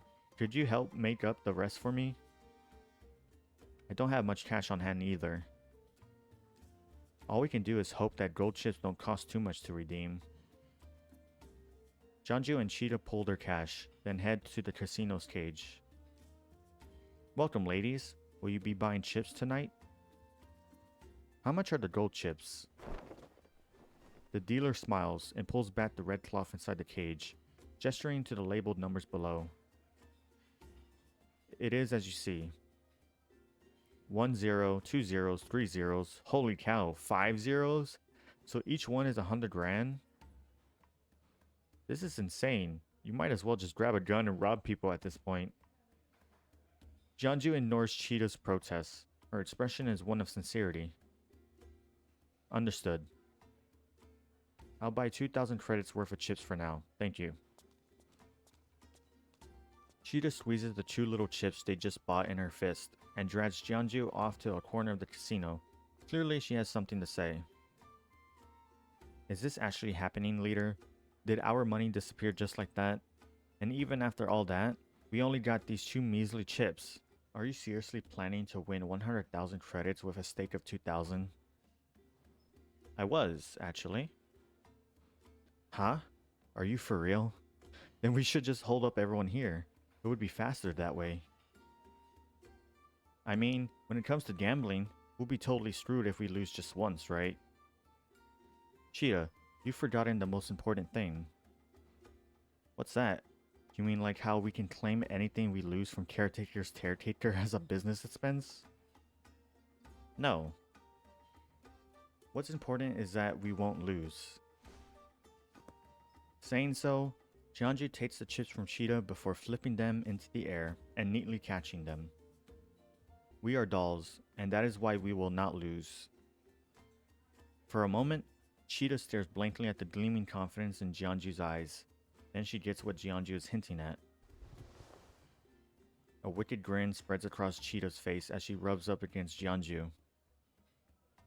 Hee hee, I get it. So you're going to cheat then, is that it, leader? It's not cheating, just leveraging our advantages as dolls. Jianju looks at the card tables in the distance. I was observing how the tables were distributed in the casino. Each one has 5 dealers and a supervisor, and they have IR scanners under each table to keep players from cheating. We probably won't have much luck trying to pull off sleight of hand at the gambling tables. The slot machines are fully automatic and appear to be a good choice, but there are too many punters around them, and there's no way we can do anything with so many eyes watching. Huh? Doesn't that mean we're out of options? We still have this. Jianju exchanges a look with Cheetah, and then they approach one of the electronic tables. Upon detecting someone nearby, a mechanical arm lifts a touchscreen and presents it to the pair. Jianju taps it, and the edges of the table light up. The hologram of a virtual dealer appears over the center of the table and bows to them. Esteemed guest number 3425, welcome to the Carnival Cubic DB01 online entertainment system. Please select the game you would like to play and insert your chips into the slot on the right. During the game, please refrain from striking, damaging, or attempting to disassemble the machine. Since it's a network device, we should be able to hack it through level 2. The plan is to stop the data pertaining to failures and only let the successful data through. Oh, so you're saying we can directly access the casino network and mess with the results? Precisely. The Gerard Group provided the special service for gamblers who had difficulties going to offline casinos, but it's turning out to be a godsend for us instead. Jianju smiles and slips her chips into the machine. The dice on the screen begin spinning at high speed. Let's go for the mode with the simplest rules, high and low. I estimate 6 rounds should be enough for us to go from 2,000 to 100,000 credits. Why don't we maintain the signal spoofing for longer? Wouldn't that be better? We'll trigger system alerts if we do it for too long. It's less risky this way. All we need to do is work fast in level 2. Are you ready, Cheetah? The game is about to begin. Hehe, come on. This genius has been waiting for this.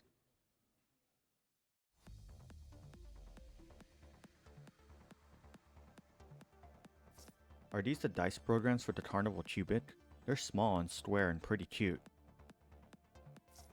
Cheetah, don't get careless. I can only spoof the error signals for a few rounds. We need to take care of this ASAP.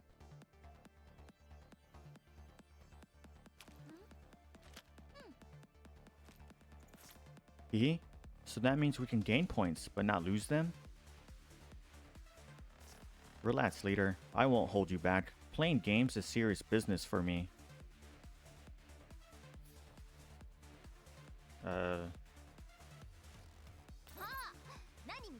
Select, roll.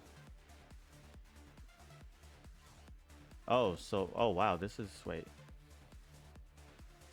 All in low. Oh, all right. 従ってくれ。 Oh, okay. Okay, so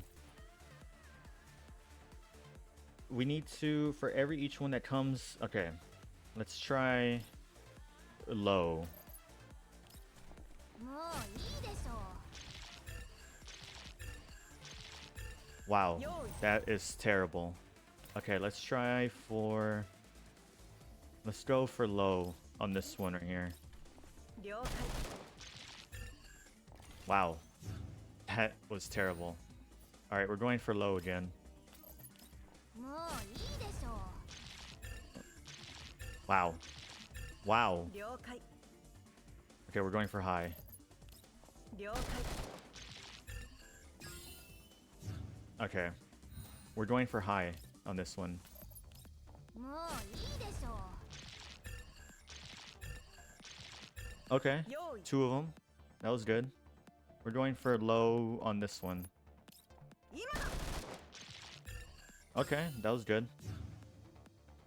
Okay, we're going for high on all of them. もういいでしょ Okay, that's 了解。 wow. That was actually kind of fun. The spinning die gradually slows down and eventually comes to a halt with the sits facing up. The carnival qubit machine plays upbeat music. Ding ding ding. Congratulations on winning again, guest number 3425. Do you wish to continue betting? We stored the 100k we need. Let's wrap things up. Jianju clicks the quit button, and a flood of chips pour out of the chute amidst the sound of clinks and beeps. Wow, leader. Leader, we're rich. Huh? Sheeta takes out the sold golden chip from the pile. Its mass takes her by surprise. Wait a minute. I think this chip is made from actual gold. Is the Gerard group giving these out just like that? Well, 100,000 credits is pretty close to the price you'd pay for actual gold. Is that how it is? Then this place is a gold mine. I wish we had more time to earn more. Then we could hand it to Caretaker's caretaker. Beep, beep, beep. Cheetah's mothering is interrupted by an alert. Janji turns away to take Totolo's call. Leader, the cruise ship has come to a halt in a bay that's surrounded by mountains on 3 sides. A bay that's fenced in by mountains? Choosing such a well-hidden location suggests that their special event isn't something they want others to see. That's what Miss Helian said too. She sent 2 support echelons and a helicopter over. We're currently shadowing the liner. If anything happens, we'll be able to support you ASAP. Alright, be careful. Don't let the external guards spot you. Understood. We've also finished analyzing the vessel's structure. I'll send a 2D map to you later. Once you find Lin, you can evac by following the indicated route. I'll pick you up on the deck. Hehe, good work, Totolo. You're almost as efficient as this genius. ... Huh? Why isn't anyone talking? After a brief silence, Totolo awkwardly clears her throat. Also, I learned something about the matter you asked me to investigate. What did you find out? The Novalis belongs to a toy company.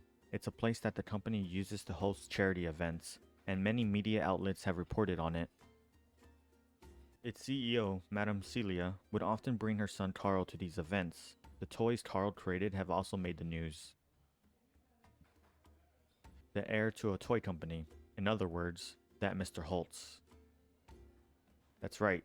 Carl's full name is Carl Holtz. The contact information he gave to Griffin was correct. But why would someone who runs a charity want to kidnap Lynn?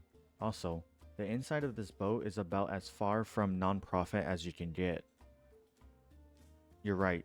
It isn't connected to charity at all. Because Madame Celia passed away from an illness 6 years ago, and her toy company went down with her. Currently, the ownership of the liner has been transferred to Carl's father, Yakov. Oh, I remember that name. He was that jerk who was building robots for the Gerard group. So you're saying this kidnapping was masterminded by a father and son duo? Something's not quite right. After putting together all the information Totoro has given, Jeonju falls silent for a while. Since Carl's father is a Gerard Group researcher, he ought to have a way to get those berserk robots under control. Why did he go out of his way to get a PMC to clean up his mess? Could he have been trying to get us to pick up that ID card? That would make it even weirder. Given the Gerard Group's wealth and power, they would definitely have access to in-house paramilitary forces. They wouldn't need to hire criminals like the Viagers, and they most certainly wouldn't need to resort to such roundabout means to kidnap Lin. The most likely possibility is that Carl didn't want to draw the group's attention, and all of this was simply a personal initiative. So you're saying Yakov doesn't know about this? Indeed, everything's been going smoothly all night from boarding the vessel to the ID check. Even the ship's security forces have been replaced by robots for the most part. I think it's less that he doesn't know and more like he's not even on the ship at all. Both sides of the line go silent. Well, even if we know all this, we still don't know what the kidnappers are trying to accomplish. There's still too much that we don't know. All we can do is head down to the B1 deck and see if we can find more clues there. Yep, seeing is believing after all. Let's go, go, go. After ending the transmission with Totoro, Jeonju and Cheetah arrive at the door marked VIP area. Can we go in? One moment, please. The security guard takes the gold chip and presses it to a sensor on the door. There is a beep, and then the door slowly slides open, revealing a lavishly decorated elevator. Please proceed, ladies. Hehe, it's a lift. Looks like our guest was on the mark. I hope we'll be able to see Lin soon. The pair enter the elevator while holding these thoughts in their hearts. The heavy doors separate the inside and the outside like a wall. There is a muffled commotion from behind the door, as though the sound is being muffled by some invisible membrane. As the feeling of weightlessness from the elevator's descent grows, this noise becomes clearer.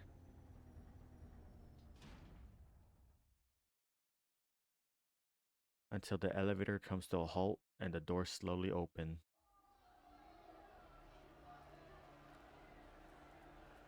Shouts and screaming fill the air, and a mist of sweat, blood, and stimulants hits them in the face like a physical blow.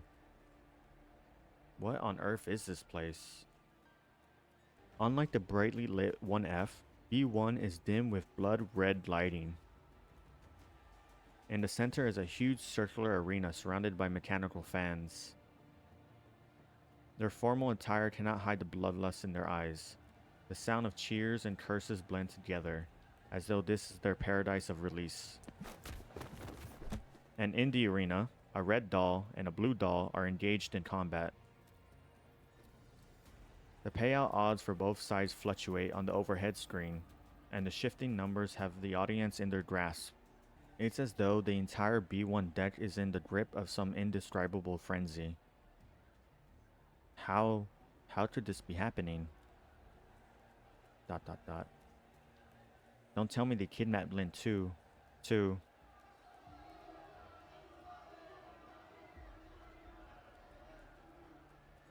Suddenly, an ear-splitting cheer comes from the crowd. Jeonju and Cheetah look toward the arena. The red doll has her foot firmly planted on the blue doll's head, and the shiny floorboards reflect her crushed, distorted face. The red doll raises her sword high, aims for the opponent's shoulder joint, and forcibly drives her weapon home. Draw. The blue doll's right arm is parted from the rest of her body, and she rolls several meters away, coming to a halt at the edge of the arena. The disarmed blue doll curls up on the ground, moaning in pain. The doll's pitiful cries are immediately drowned out by the cheers of the audience. In the very next moment, the bid screen above the ring zooms in on the red doll's cold eyes. Humph. 戦場は片付いた。皆の者、よくやったな。 Well, we already knew Kodalek was part of this. But I am wondering if... Does this take place before Kodalek joins the Elmo or after? Because I know she fought in an arena beforehand. So I don't know.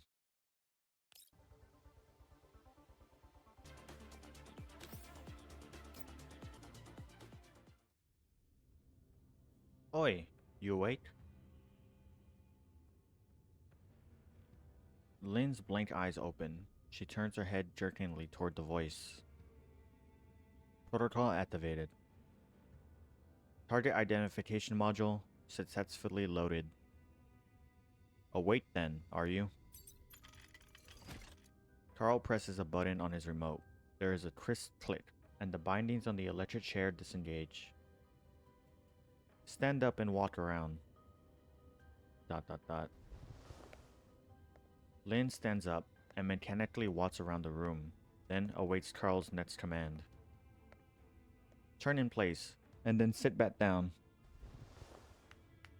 After seeing Lynn execute his commands to the letter, Carl claps his hands in delight. Humph, I didn't think the beta virus would be so effective. Even a rushed copy of 45% of the code segments is still enough to control a doll's neural cloud. No wonder those defects in the arena all fight like they're possessed once they get infected by it.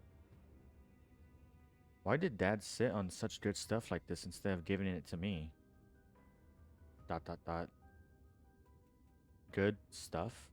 I was just pretending to space out, and he totally fell for it. Seems a bit too easy, doesn't it? Talk about a stupid moron out of a Nepo baby. Once again, Lynn lambasts Carl's intelligence in the confines of her mind. Forget it. This actually helps bypass all kinds of problems. I might be able to get him to spill the beans on something too. That data assault on my level 2 just now was massive. If I hadn't fought back in time, my neural cloud would have really been overridden. Was it because the virus code was incomplete? Still, wasn't this virus targeted towards Gerard dolls? I was built by IOP, so why was it effective against me? Could it be that Gerard dolls use the same base layer technology as IOP dolls? Before Lynn can reach a conclusion, Carl gives her another order. Oi, doll, come here. I'll tell you about the arena rules and your opponent tonight. ... Here it comes. Let me see what exactly you're up to. Lynn walks over to Carl's side. While Lynn was mentally prepared for what she might see in an arena, sight before her still hits her hard. The screen shows a camera feed.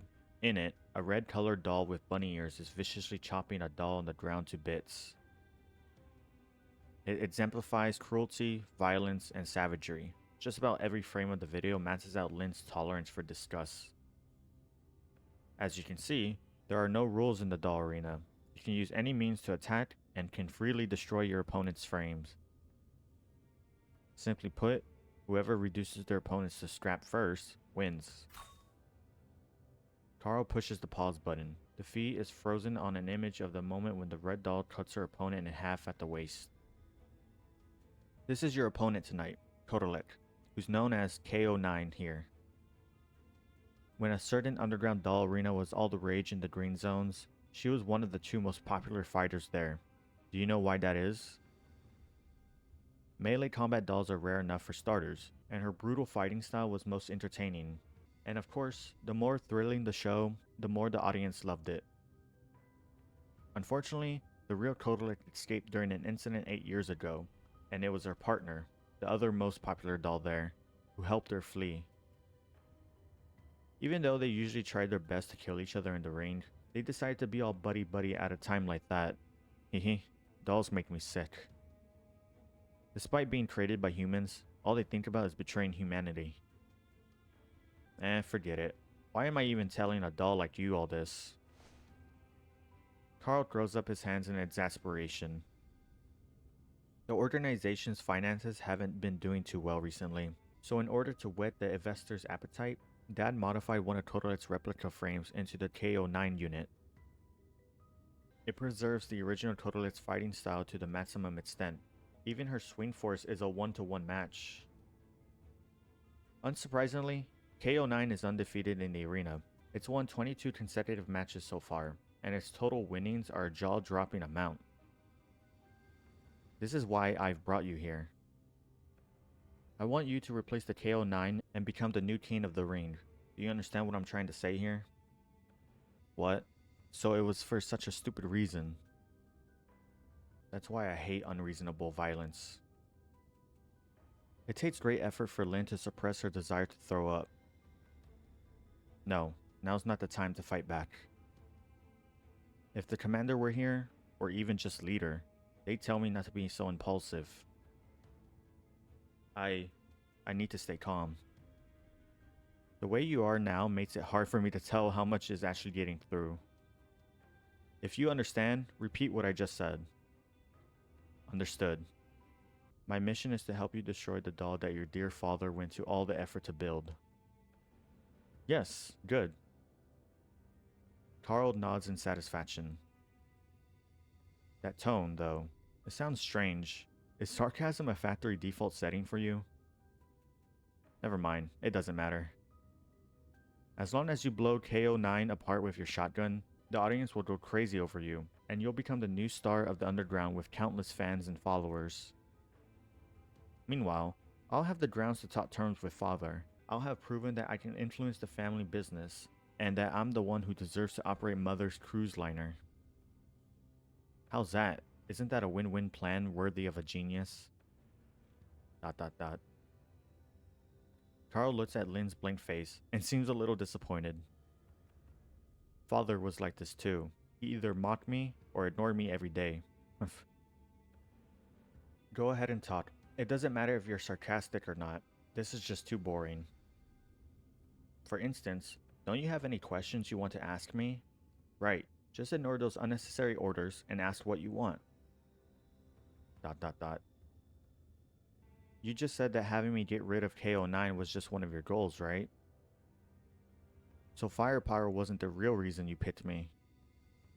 Of course, if I just wanted a fighter, buying a tactical doll from the black market would have been simple enough. But the arena isn't a battlefield, it's ultimately just a form of entertainment. The performance aspects of it are more important than the fighting elements. Like pain, for instance. Then taps the ULSD dossier on his table. I know you were an experimental unit with simulated sensory organs, and your ability to perceive pain is beyond anything other dolls can match, let alone these fighters. Most of them are defects Father produced in the process of producing 3rd-gen dolls. Most don't even have mature neural cloud modules loaded. They're failures in every sense of the word. While the beta virus does have a side effect of amplifying sensory feedback, it can only respond mechanically, which is far from what research-grade work demands. So even pain can become an object of scientific study. If the audience wants it, nothing is impossible. Oh, you should watch this. We'll be working together for a good long time anyway, so the more you understand, the better. The screen on the monitor changes to a video log of an experiment. A shabbily dressed man is tied to a wooden rack, and a group of researchers in white coats are surrounding him. Commencing experiment number 237. Now collecting data on edge implement injury.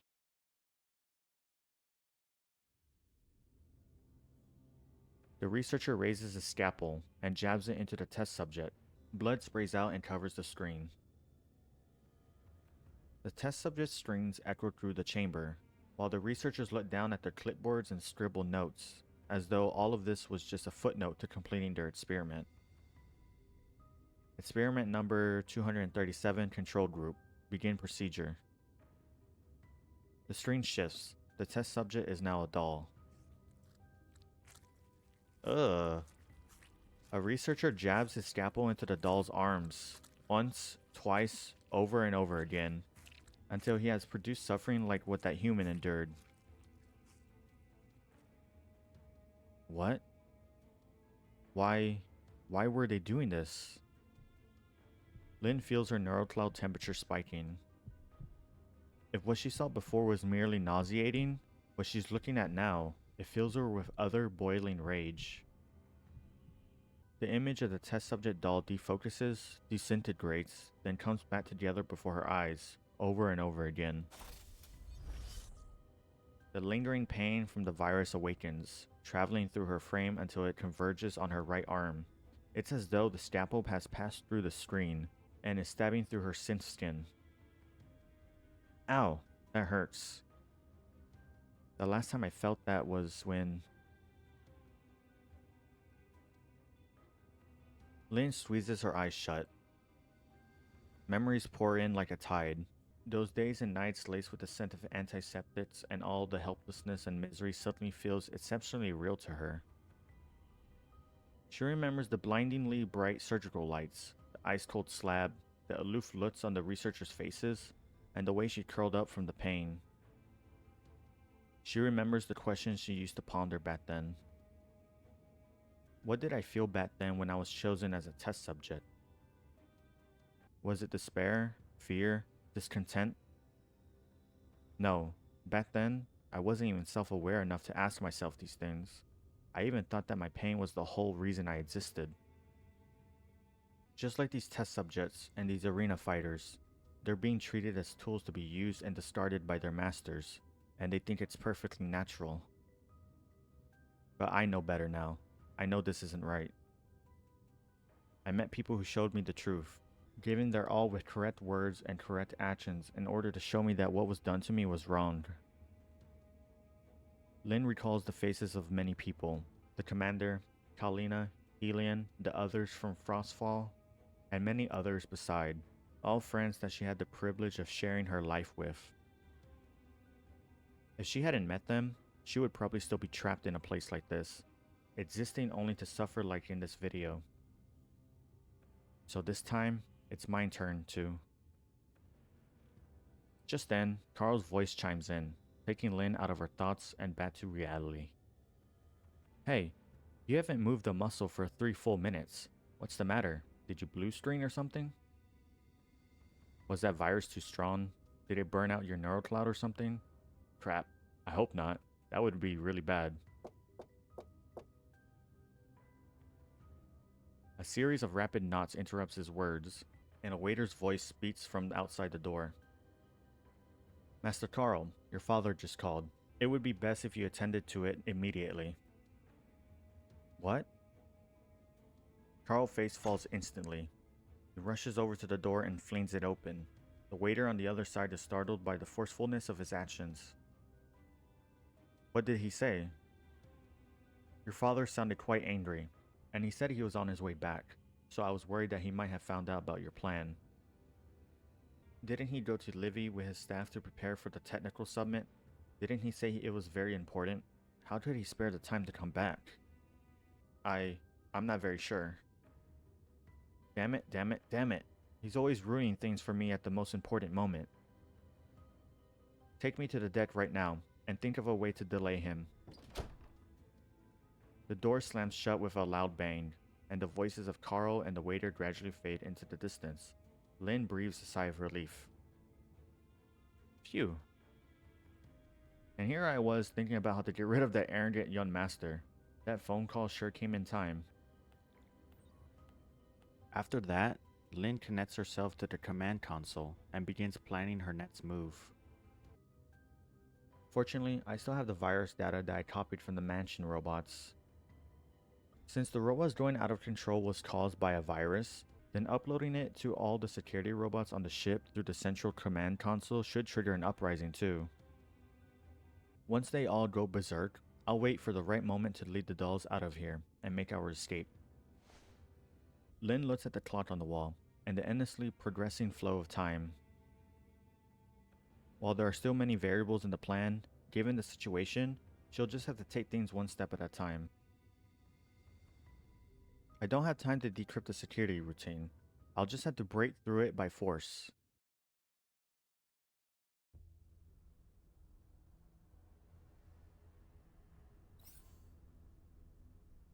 Man, that sucks we don't have Lynn still.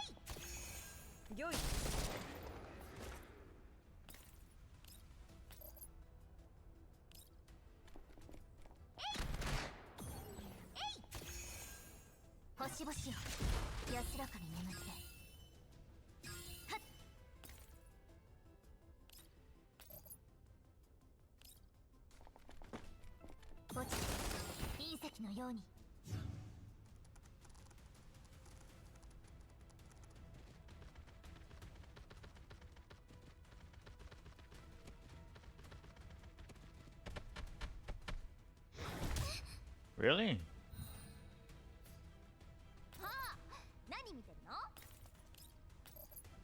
Ah, that's a bummer. 用意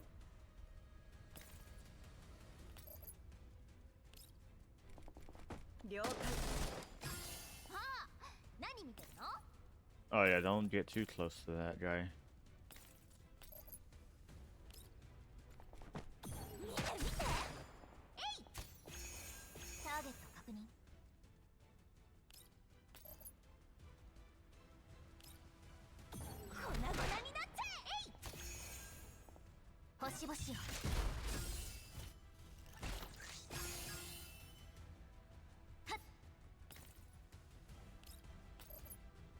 Oh, you'll have to go around, buddy. Well, I guess we can take him out. Because I think those spiders are going to group up and Cheetah can...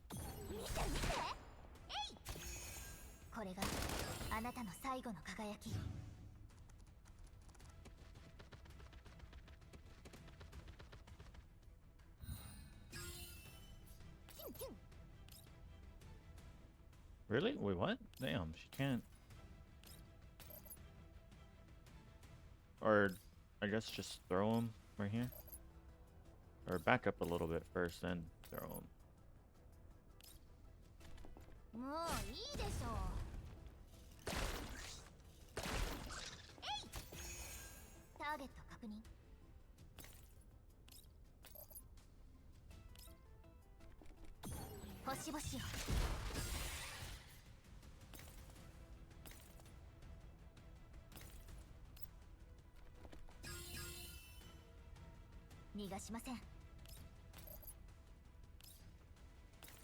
Oh wow. I didn't think I was able to hit him.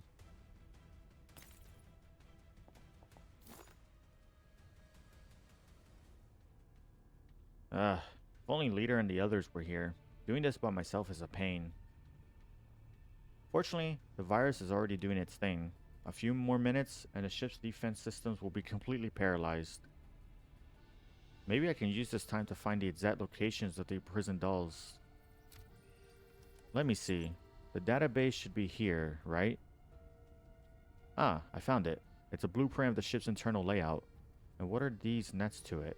Encrypted documents? I can't open them. Meh, I'll just copy them all and worry about them later. The hour hand on the room's clock has traveled quite some distance.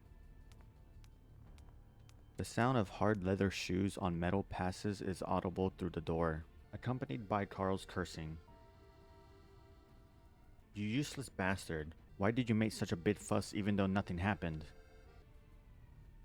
As the master of the Novalis, I order you to bring my match forward right now. But... no buts. And I don't care what the Bat-End people have to say about it either. You will begin the match before Father returns. Crap, that Carl guy is back. Copy progress at 97%, 98%.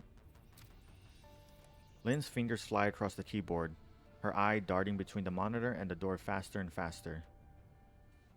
Come on, just a little more. The progress bar fills up with a beep. Lynn quickly closes the control terminal, then takes a deep breath before quickly returning to her previous position. Humph. Carl storms in, then quickly glances around the room several times, but finds nothing amiss. Then, he glares at Lynn. Are you awake? Protocol activated. Target identification module successfully loaded. Seeing Lynn wake up from the offline status soothes Carl's frazzled nerves somewhat. Phew, seriously, screw that old fart. He keeps messing up my plans. I was planning to work on tactics, but the situation has changed, and it looks like we won't have time for that now. Our match has been brought forward. We're up next. Just as well. The virus should kick in around that time. Alright, I'll play with you then. Ignorant of Lynn's intentions, Carl takes a deep breath, and then his confident smile returns to his face. Let's go. It's time we made our entrance.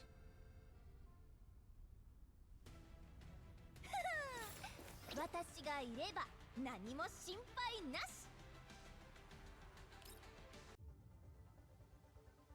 Oh man, I'm kind of excited to see how this goes.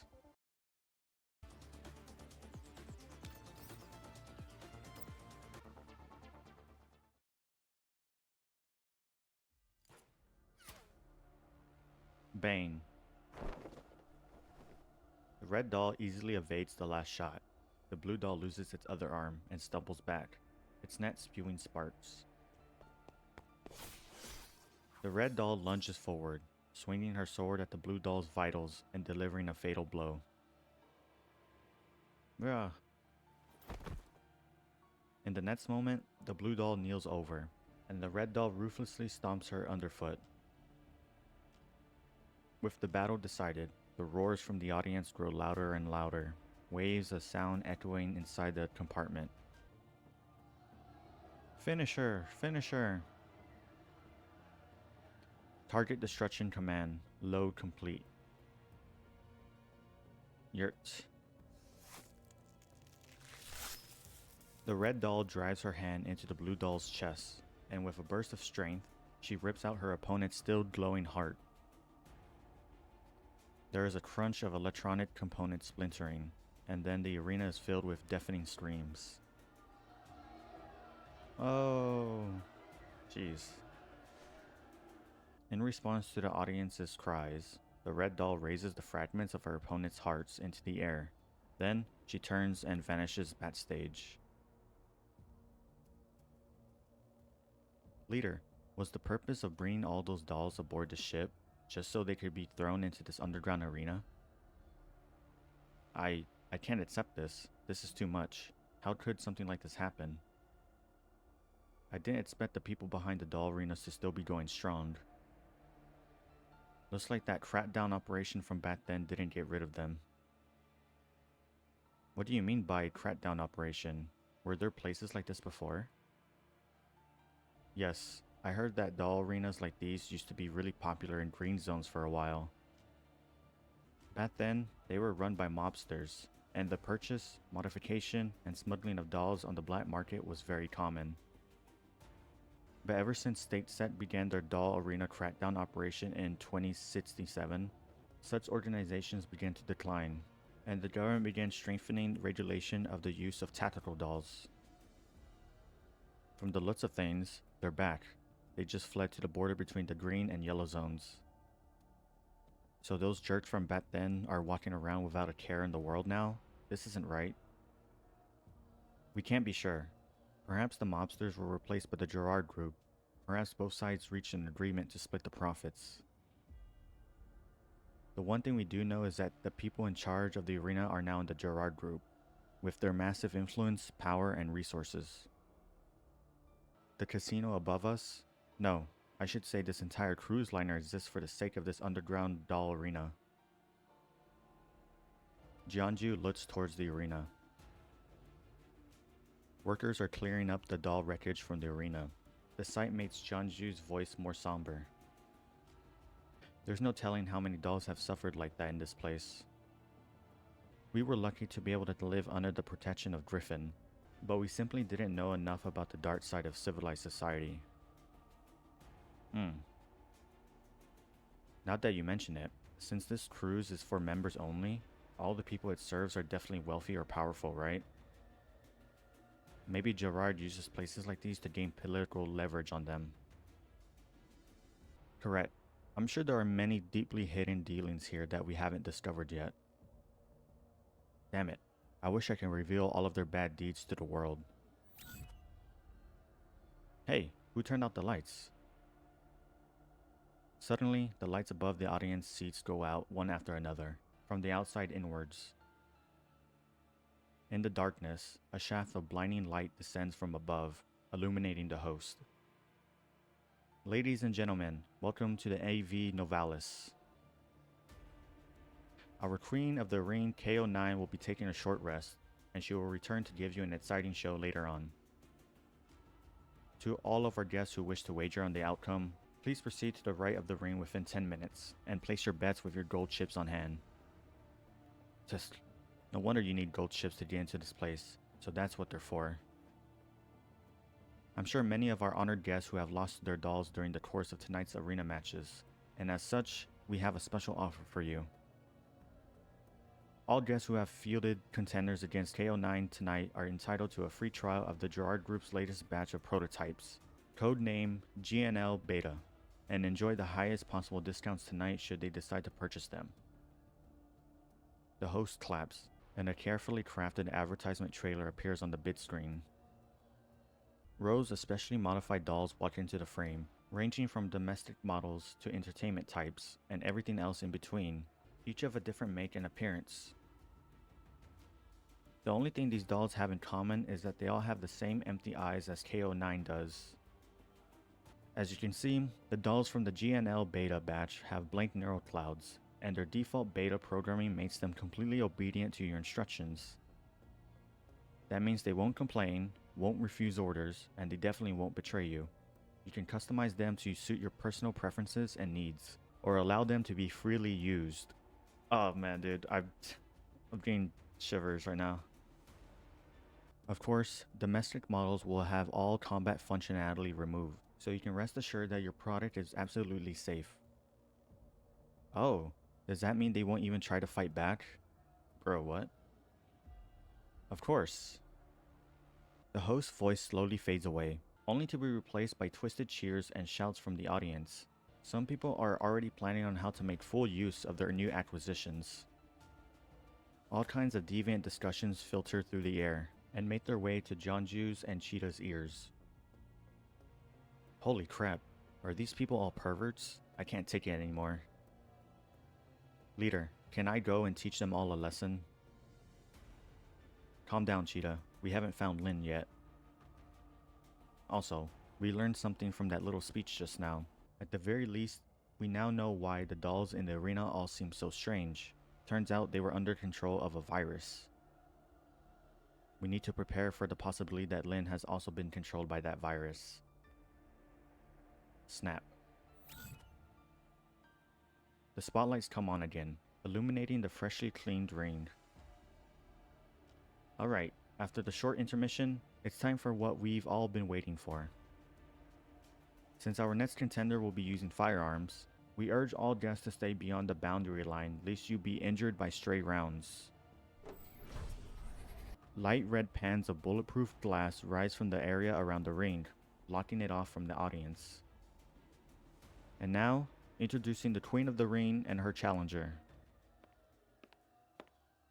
As the audience cheers, the spotlights focus on and follow a crimson doll as she slowly walks into the ring. It is KO9, sword in hand. And then, a shaft of dazzling light shines down on the right side of the arena, framing a purple doll who's holding a familiar shotgun. Leader, that's Lin. Cheetah, try to establish comms with Lin right now. At this range, we should be able to contact her using our squad channel. Beep beep. The transmission goes through, but Lin's face remains blank, and she does not respond. What should we do, leader? I think Lin's really been taken over by that whatever virus. It can't be helped. We'll just have to go to her ourselves. I'll ask Telolo to make the necessary preparations. Sheeta, get ready to back me up. Lin's safety is our top priority.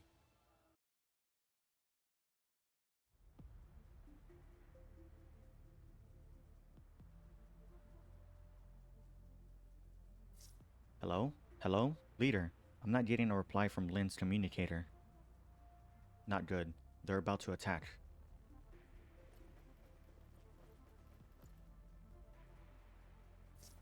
Cheetah, pay attention to the enemy's movements. We need to step in to provide support if Lin is in danger.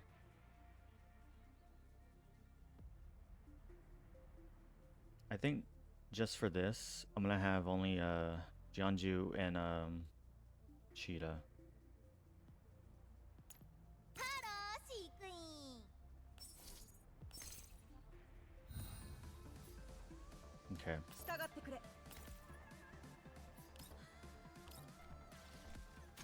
今だ。キュンキュンいっそ試してみよう Imagine I actually die somehow. Wait, what? 用意。 We moved twice? That's crazy. Oh. 今だ。さあ何見てる Oh yeah, it's over for you. こっちこっちバイバイえい私がいれば何も心配なし Good job, Cheetah.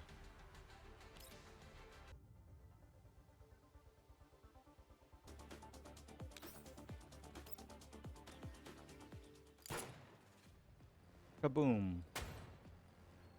A hot load of shot hits the floor of the arena. Metal balls ricochet off the bulletproof glass and crack spiderweb everywhere. Upon seeing Lin's attack missed, KO9 quickly whirls her blade around, converting her swing to a thrust aimed directly at Lin's chest.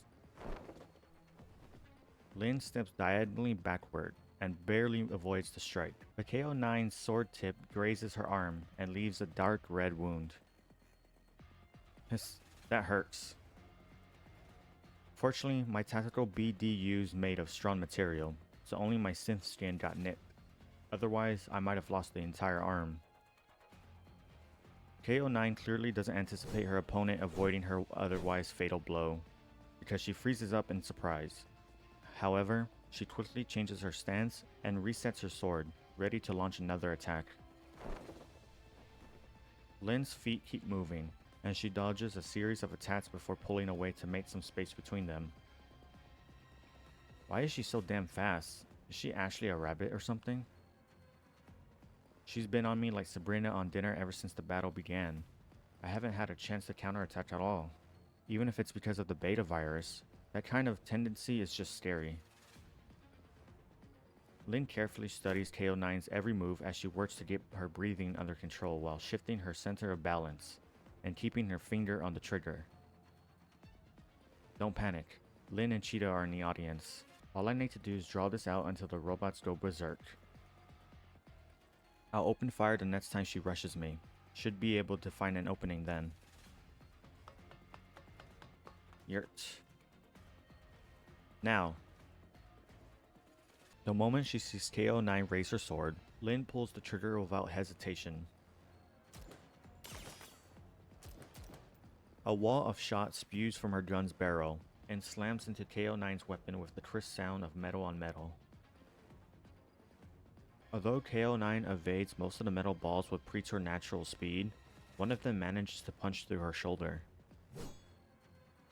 Surprisingly enough, KO9 completely ignores her shoulder injury and brings her blade down on Lin's head with a cleaving chop.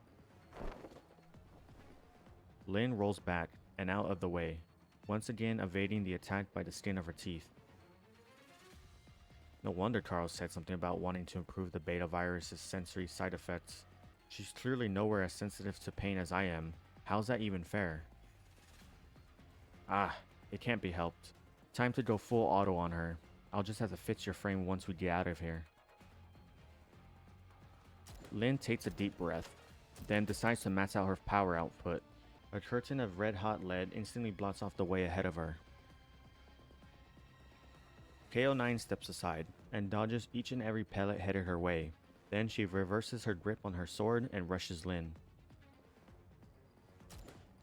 Once she determines that KO9 is within range, Lynn focuses her fire on KO9's lower body. KO9 loses her balance as she takes a hit to her right leg, which supports her frame. Lynn jumps over, pressing the off-balanced KO9 to the ground with her elbow and pressing the muzzle of her gun against KO9's head with her other hand. Humph, that ought to settle her now. However, KO9 chooses this moment to erupt with tremendous force. She punches up with the back of her blade, knocking away the gun on her head before slamming her right knee into Lynn's chest and taking her by surprise. Grah!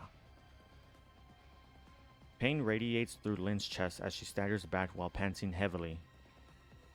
Damn it, it hurts so bad I can't see straight. Although her vision is blurry now, Lynn still strives to right her balance while opening fire in KO9's direction. Soon, the Auto 12 she's holding clicks as its hammer falls on an empty chamber. KO9 dashes up in front of Lynn, her sword held high. Lynn! And then, KO9's hand suddenly freezes in midair. The lights above her suddenly flash, and the bulletproof glass around the ring slowly lowers. The entire arena is filled with a bizarre silence. Then, the sound of mechanical whirring comes from all around them. Cheetah, now, support Lynn. Their guns blaze fire as bullets hit the ground around. Their guns blaze fire as bullets hit the ground under KO9's feet, driving her back. Then, as though they receive some kind of signal, every single robot in the arena begins opening fire indiscriminately. The members of the audience scream and flee in all directions. Amidst the chaos, Jeonju and Cheetah hear Lynn's voice over the communicators. Looks like luck was on our side in the end. Lynn, it's you. You mean you weren't taken over by that whatever virus thing? Thank goodness. I thought you were really finished just now. Finished? My ass. Don't jinx me. Lynn gets up and dusts herself off, changing out a new drum of ammo as she does. Then, she vaults over the arena's fencing and returns to Frostfall Squad. Welcome back, Lynn. Jeonju and Cheetah smile as they meet her gaze. Then, they pivot and wordlessly take up a defensive formation. Where's Tololo? I'll tell you along the way. Right now, we're going to follow the route she planned and get out of here. The sooner the better. We can't use the elevator anymore, so we'll need an alternative route. In other words, we'll have to go through the back of the audience seating, follow a supply corridor, and then use it to reach the main deck. Cheetah, prepare to fall back. Hehe, no problem, leader. Leave it to me. Cheetah pulls out a flashbang out of her waist pack, pulls the pin on it, then throws it on the ground. Smile for the camera. A blinding flash of light envelops the arena, and KO9 is forced to shield her eyes.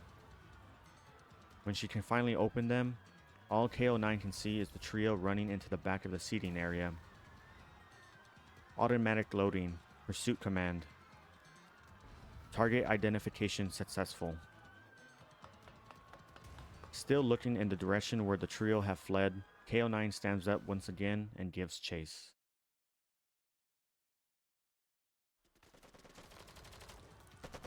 Wait, so Mr. Arrogant Young Master went to all that effort to capture you because he wanted you to fight for him? Cheetah's exclamation is so loud that it echoes through the hallway. A bunch of security troopers come to investigate, but a hail of fire forces them to take cover behind the pillars. As Lynn shoots, she gives Cheetah a give me a break look. Hello, we're still trying to escape here. Can you keep it down? But things ended up this way because he half-assed everything. Strictly speaking, it wasn't just because of that, but I don't have time to elaborate now. Cheetah, help me lay down some covering fire. I have something to tell Leader. Teehee, no problem. This time, I'll protect you, Lin.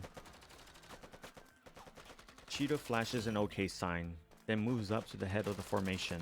Just then, a transmission from Tololo comes in. Leader, head right at the fork up ahead, and you'll see the corridor leading to the deck. Understood. Lin, what is it that can't wait until we get up there? Sorry, Leader. But in a sense, this is the last chance I'll get for this. Lin takes a deep breath, then looks at the fork up ahead. I managed to interface with their systems in the liner's main control room, and I found their exact locations. That is, the dolls being controlled by the arena staff.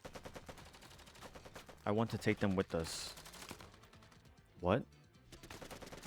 Where are they being held? Area D3 on the port side. Tololo, calculate a route there. Roger. The reply from Tololo comes less than a minute later.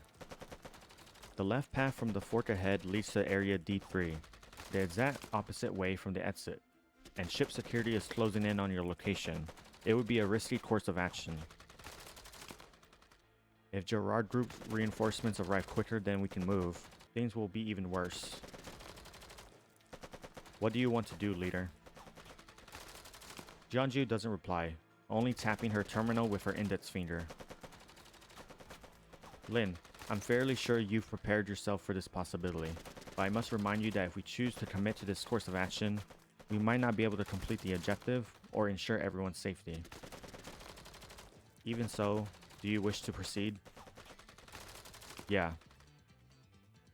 I can't do it by myself, so I need you, Cheetah, Tololo.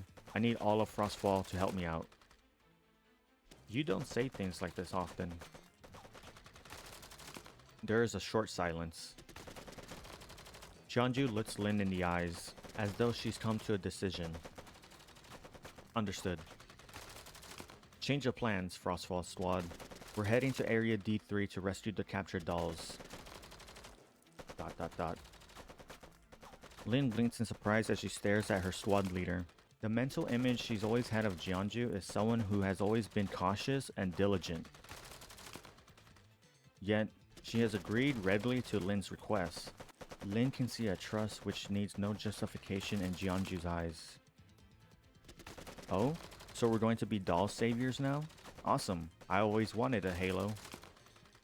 Tololo, help us draft up another route that helps us avoid ship security. Wilco. Lin, how many dolls are we talking about here? According to the data from the control room, there are about 170 of them. The more troublesome thing is that their neuroclouds have been read by the beta virus. They might not listen to us anymore. Wait, so there are almost 200 of them, and they might not even cooperate with us? We can't exactly cart them all off one by one, right?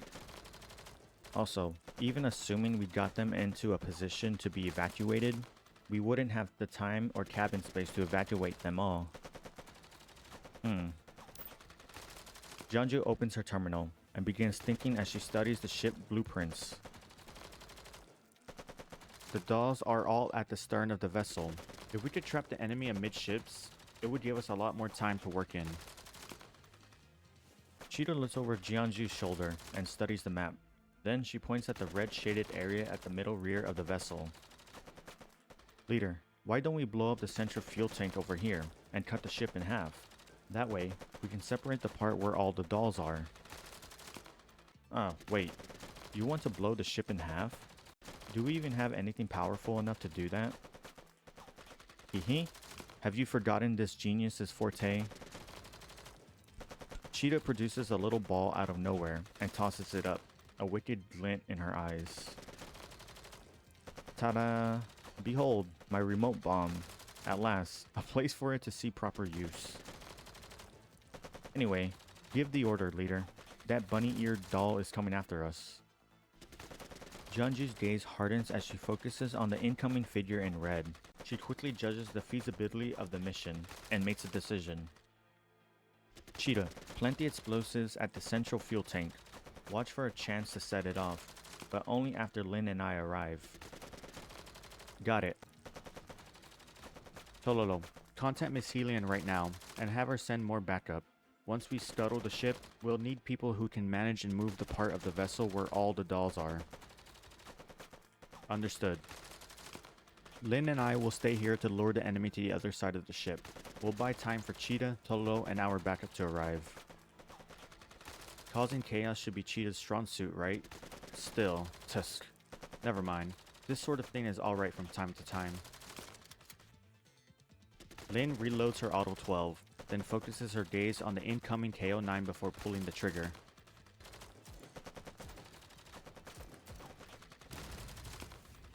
Her shotgun sprays a torrent of lead, blasting huge chunks on the masterfully crafted marble paneling. A column collapsed with a deafening crash. KO-9 is forced to stop as the fallen pillar blots her path and throws up a huge cloud of dust. Aren't you good at running? Come catch us then.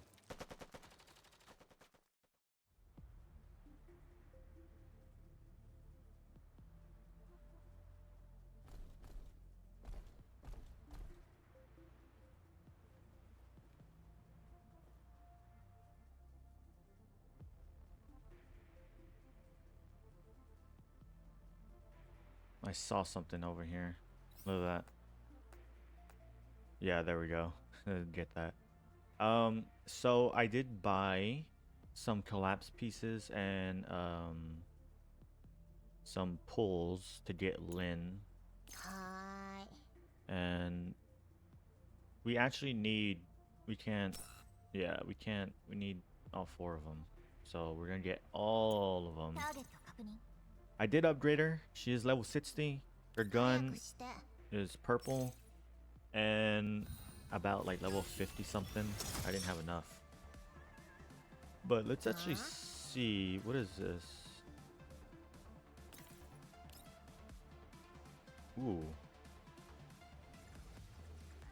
Is this worth doing? We can do this. Well, first let's get Cheetah. 何見てるの I shouldn't even reach that. Okay. いっそ試してみよ We're gonna have them split off. So Totolo, her, う了解 Totolo and QJ will, or Jeonju will go this way, and は but we're gonna do this. あ気も消えてなくなれ That is crazy, and then we can do this. 楽死ね Nice.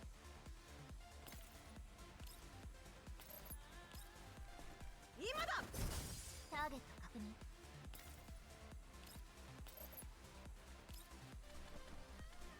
星々よ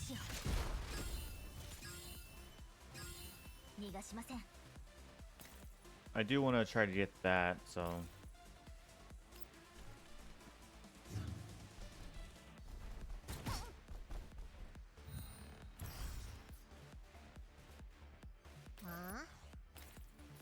How does this work?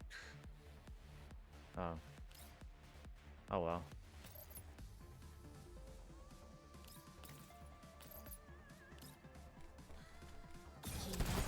はあ何見てるのターゲット確認用意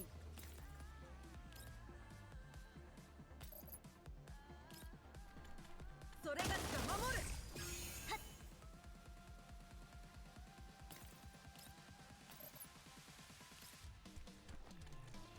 I think, yeah, those things make more robots, don't they?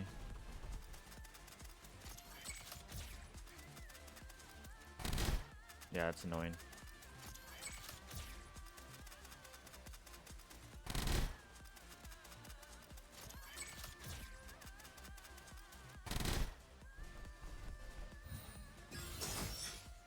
Oof.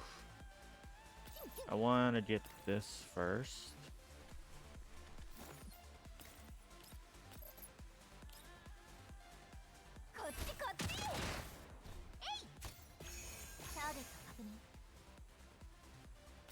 I wonder if she can... Or no. Wow, she can't reach anybody. That sucks. That's fine, I guess.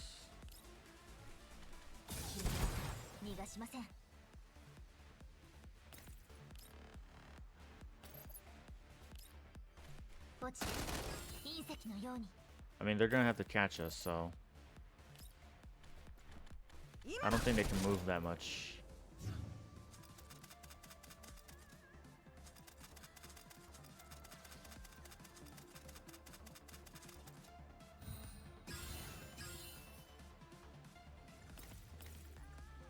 Yeah, we already got that.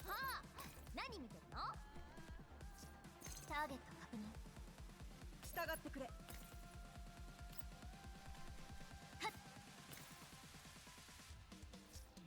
何が言いたいの？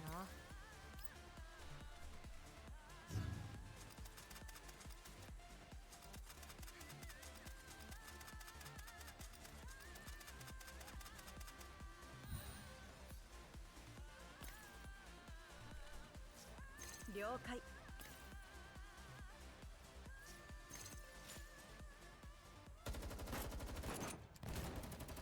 Jeonju and Lin use the terrain to mount hit-and-run attacks on KO9 and their pursuers. They manage to strand them on the B1 deck and get to the main deck on time.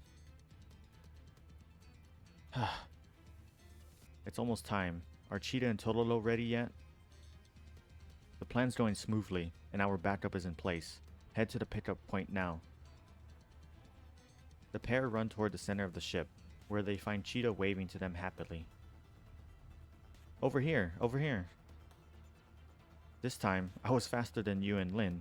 Aren't you going to praise me? Totolo, bring the chopper in. Prepare for extraction.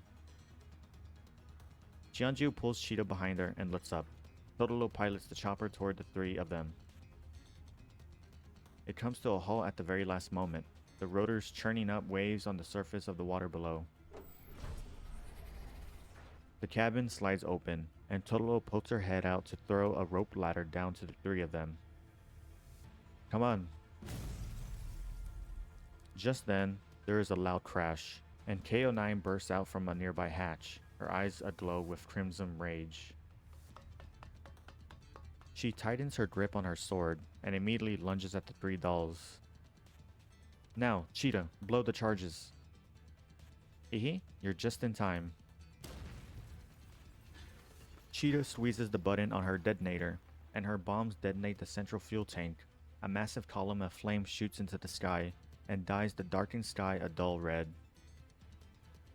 The ship lurches heavily as it is cut in two. Fragments fly everywhere as the two halves kneel over and begin sinking into the sea. KO9's frame is sent flying by the shockwaves, and she lands heavily on the stern of the vessel, while Frostfall uses this opportunity to scramble aboard the ladder. The helicopter climbs rapidly, rising high into the night sky. We did it! Lin can see Helian's backup arriving by the light of the burning deck. The familiar, formerly dust-gathering tugboat is now towing away the stern of the vessel, where the captured dolls are. Looks like we managed to rescue all those dolls, as well as that KO9. Hehe, things went better than expected. We're lucky that our backup arrived before Gerard's forces did, but we can't get careless because of that. Tololo, activate EW stealth systems. We need to get out of here ASAP. Understood. Mission complete. Preparing to RTB. Tololo presses a button on the helicopter's control panel. It shimmers for a moment in the night sky, then it projects a holographic image around itself. Several seconds later, the helicopter blends into the starry night, vanishing into the darkness before the dawn. Meanwhile, on the other side of the ship, a bedraggled figure struggles to his feet before pounding on the locked door like a madman. Damn it, damn it, damn it, damn it! Carl jabs at his communicator. He presses so hard that his fingers have gone white from a lack of circulation. The door thuds heavily under his pounding. Father, do you hear me? Mother's ship is about to sink. I know you must have some way to do it, so please save this ship. This is the last thing Mother left behind. Despite Carl's wail of despair, the only answer from the communicator is the sound of static. Just when he thinks there will be no reply, the person he is calling suddenly speaks in a quiet voice. Humph. Father, is that you? Thank God you answered. You'll save the ship, won't you? If I were you, I'd think of how to get out of that room first rather than whine and cry about a boat when your life is in danger. It's just a tool for making money. Is it really that important? It doesn't matter if it's blown up or scuttled. Once something loses its value, it doesn't matter what happens to it. You're the only one who's so dedicated to something left behind by a corpse. No, it can't be. This is Mother's legacy. How can you care so little about it? Also, I'm still on the ship. I'm your son. You can't just abandon me now. Abandon you?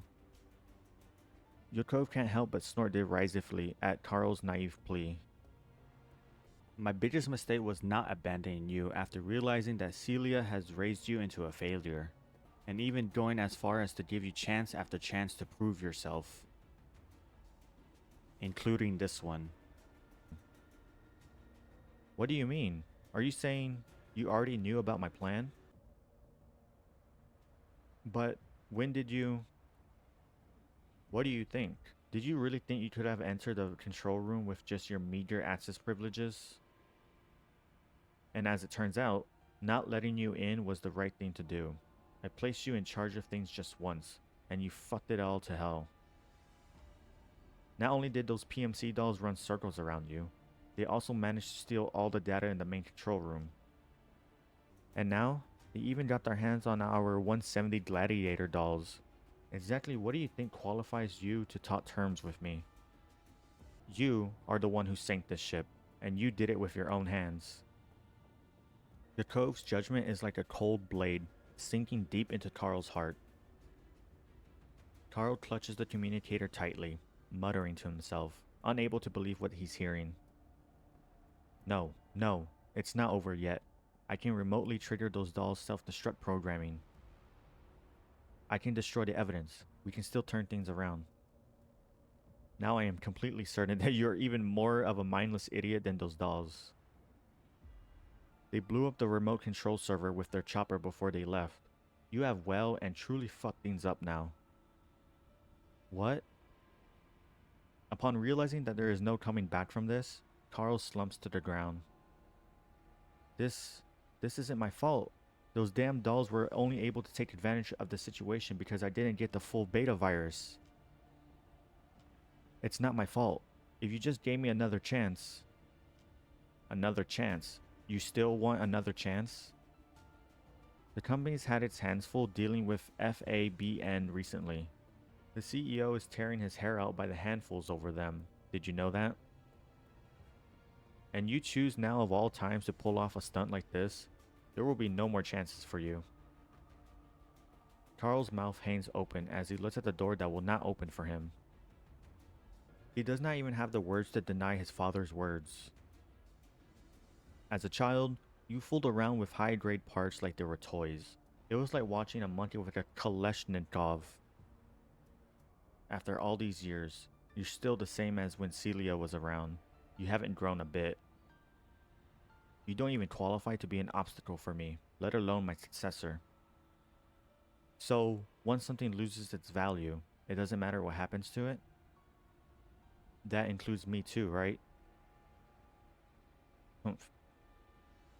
If you were this smart each time, you wouldn't have ended up like this. Yakov's words are casual, but they hit Carl like a punch to the gut. In Carl's memory, this is the first time his father has ever praised him. But it seems it would also be the last. No, you're my father. You wouldn't do this.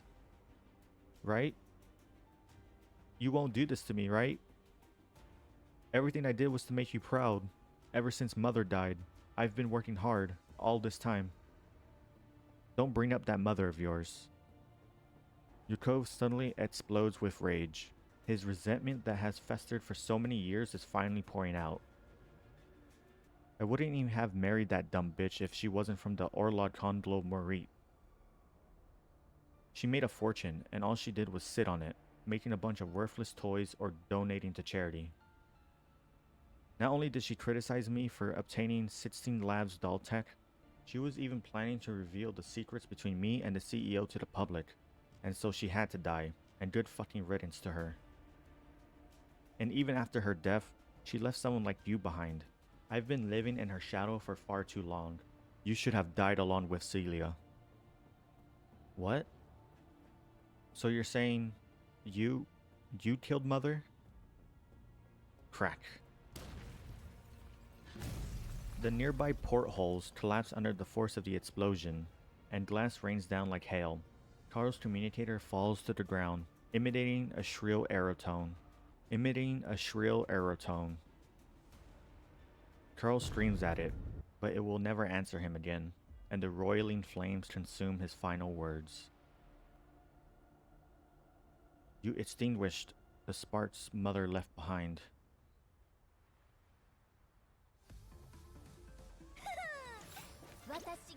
Jeez. That's like really not dark. I mean, you know, it's just messed up, obviously.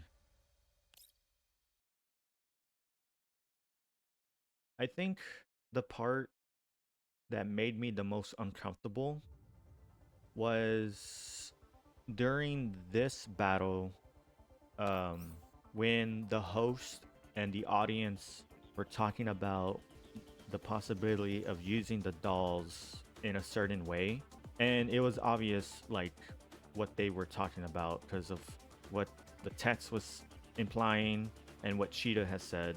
And you know, it pissed me off so much, and obviously that's probably their intention, right? To make you feel disgusted and angry at how these people could do this. I was like, man, if I was Cheetah or Lin or Jeonju, I would have just unloaded into the audience, honestly. And you know what? They didn't have to because they sunk the boat and they're probably dead. So good for that, I guess. But yeah, that really it made me uncomfortable, and it just pissed me off, you know. The whole time I was reading that, it was just kind of like, man, like unload into the crowd right there. But hey, man, I guess I kind of figured in this world that stuff like this would happen, you know. We got the last story node here. I'm very excited. Let's go ahead and see what we're dealing with. Oh no, we're done, right? We saved them. Bribery records for government officials, illegal doll transaction logs, altered records for the ship's environmental emissions. The Gerard Group has quite the litany of sins to its name. Frostfall Squad is going through the data Lin copied from the main control room. It is certainly quite impressive. There is a breakdown for the MV Novalis income and expenditure here too. Let me see. Wow, this is actually kind of scary. They make more in one day than our squad does in a month. It's just as we thought. The income from the entertainment was minuscule compared to the illegal betting on the doll arena. Well, we can now be completely certain that the Gerard Group was controlling and running the doll arena. They could make a killing from the black market and use that opportunity to utilize their otherwise defective dolls. The Gerard Group wins either way. The beta virus was probably developed for that purpose and tested on the arena dolls. Oh yeah, speaking of which, don't you think you should get your frame checked out, Lin? It would be bad if there were traces of that virus left behind in your neural cloud. Don't worry, I'm not weak enough to be taken over by an incomplete virus. I'm more interested in why it works on IOP dolls. Wasn't it meant to target Gerard Group dolls? Lynn, are you saying you suspect that the Gerard Group stole 16 Labs doll technology? Lynn nods. This virus isn't like normal programs. Its write locations and logic would require a target with highly similar base layer code for it to work. But if the base layer code were too similar, then it would essentially be intellectual property theft. If that's really true, we can use the evidence from the doll arena as proof of the Gerard Group's crimes and make them pay for what they've done. Indeed. Even without the technology theft, just the proof of their crimes is enough to bring the Gerard Group to court. I'll contact Miss Helian now. Once we get back, we'll verify the matter ASAP. I'm pretty sure what we found will help the commander and Miss Kalina out in some way. Jianju opens a comm channel to Helian and begins sending over what she's learned. After receiving Helian's reply, Jianju's stern expression softens considerably. I have good news. Miss Helian managed to find a neutral organization that's willing to take in the dolls from the arena and help them clear out the remaining beta virus in their neural clouds. Really? That's great. They'll finally be able to shake off the Gerard Group's control. Additionally, the organization will provide them with counseling and support them as they reintegrate into human society.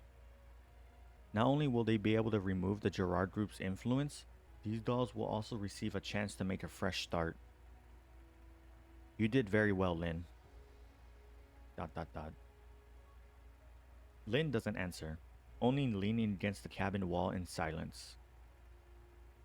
The scorching pain from the virus infection still aches in her body, and a sense of survivor's guilt envelops her. Lynn reflexively looks down at her trembling hands. Aw. I'm sorry. Eh? Lynn, Leader was praising you. Why are you apologizing? I mean, all of this happened because I went off without permission and acted alone, right? And I even asked to change the plan at the last minute for selfish reasons. If anything had happened to you all because of that, then I... Lynn swallows the rest of her words. The three of them quickly exchange glances, then head over to Lynn's side as one. What's this, Lynn? Are you actually worried about us? Relax, we're all okay, right? I believe our squad exists to support each other, understand each other, and to encourage each other. And in the end, your plan turned out fine. Yes, Cheetah and Tololo are correct. I know what kind of feelings must have motivated you, Lynn. Your unwillingness to let Griffin wither away, the anger that drove you to save your fellow dolls, the pain you felt when you thought you had involved us in your trouble. The truth is, we're all the same. The same? Correct. Jianju gently pats Lin on the shoulder and smiles tenderly. As members of Frostfall Squad, we all have the same goal. We simply see things from different perspectives. Ultimately, I'm also partially responsible for this. I didn't communicate my thoughts clearly with you, which led to you feeling like you had to take everything on by yourself. So don't blame yourself anymore and relax a little. Okay. Lin looks up, her eyes filled with gratitude. It is then that Jianju notices the wound KO9 made on Lin's arm. Here, I'll help take care of that for you. Jianju takes out the repair kit and patches up the cut with a gentle touch and practiced skill. The pain from the wound makes Lin wince. Ack. Aw, why don't you turn off your pain modules, Lin? Patching wounds up hurts, you know. ... The truth is, I can't disable my frame's pain modules. Why not? Doesn't that mean you've been enduring all that pain during each battle? Lin falls silent and then nods. Well, I wouldn't say enduring it. After all, I'm used to it now. I was an experimental doll used in clinical trials. Part of the reason why Carl kidnapped me was because of that. What? Lynn doesn't feel the disgust or awkwardness she expected when discussing this part of her history that she didn't want to disclose. Instead, she feels free. My first memories of this world were an icy cold research institute and endless days of clinical trials. My frame received special modifications in order to meet certain experimental requirements. Not being able to switch off my pain modules was one of them. But doesn't that make fighting in everyday life really inconvenient? Why don't we ask Miss Helion to change out your frame when you get back? I'm sure she'll be able to think of something. Lynn shakes her head. One of Griffin's researchers asked me the same question when I first came to Griffin. He said that human sensory feedback would affect my performance in battle, and recommended that I change to a more convenient body. But I refused. Wasn't that a good chance to do it? Why did you say no? I didn't know why I did it back then. I just did it out of reflex. Same thing with my name. I ought to be repulsed by the name Lynn. The lab I was in gave it to me, and it contains all the painful memories from back then. But even after getting the chance to change my name, I still chose this one.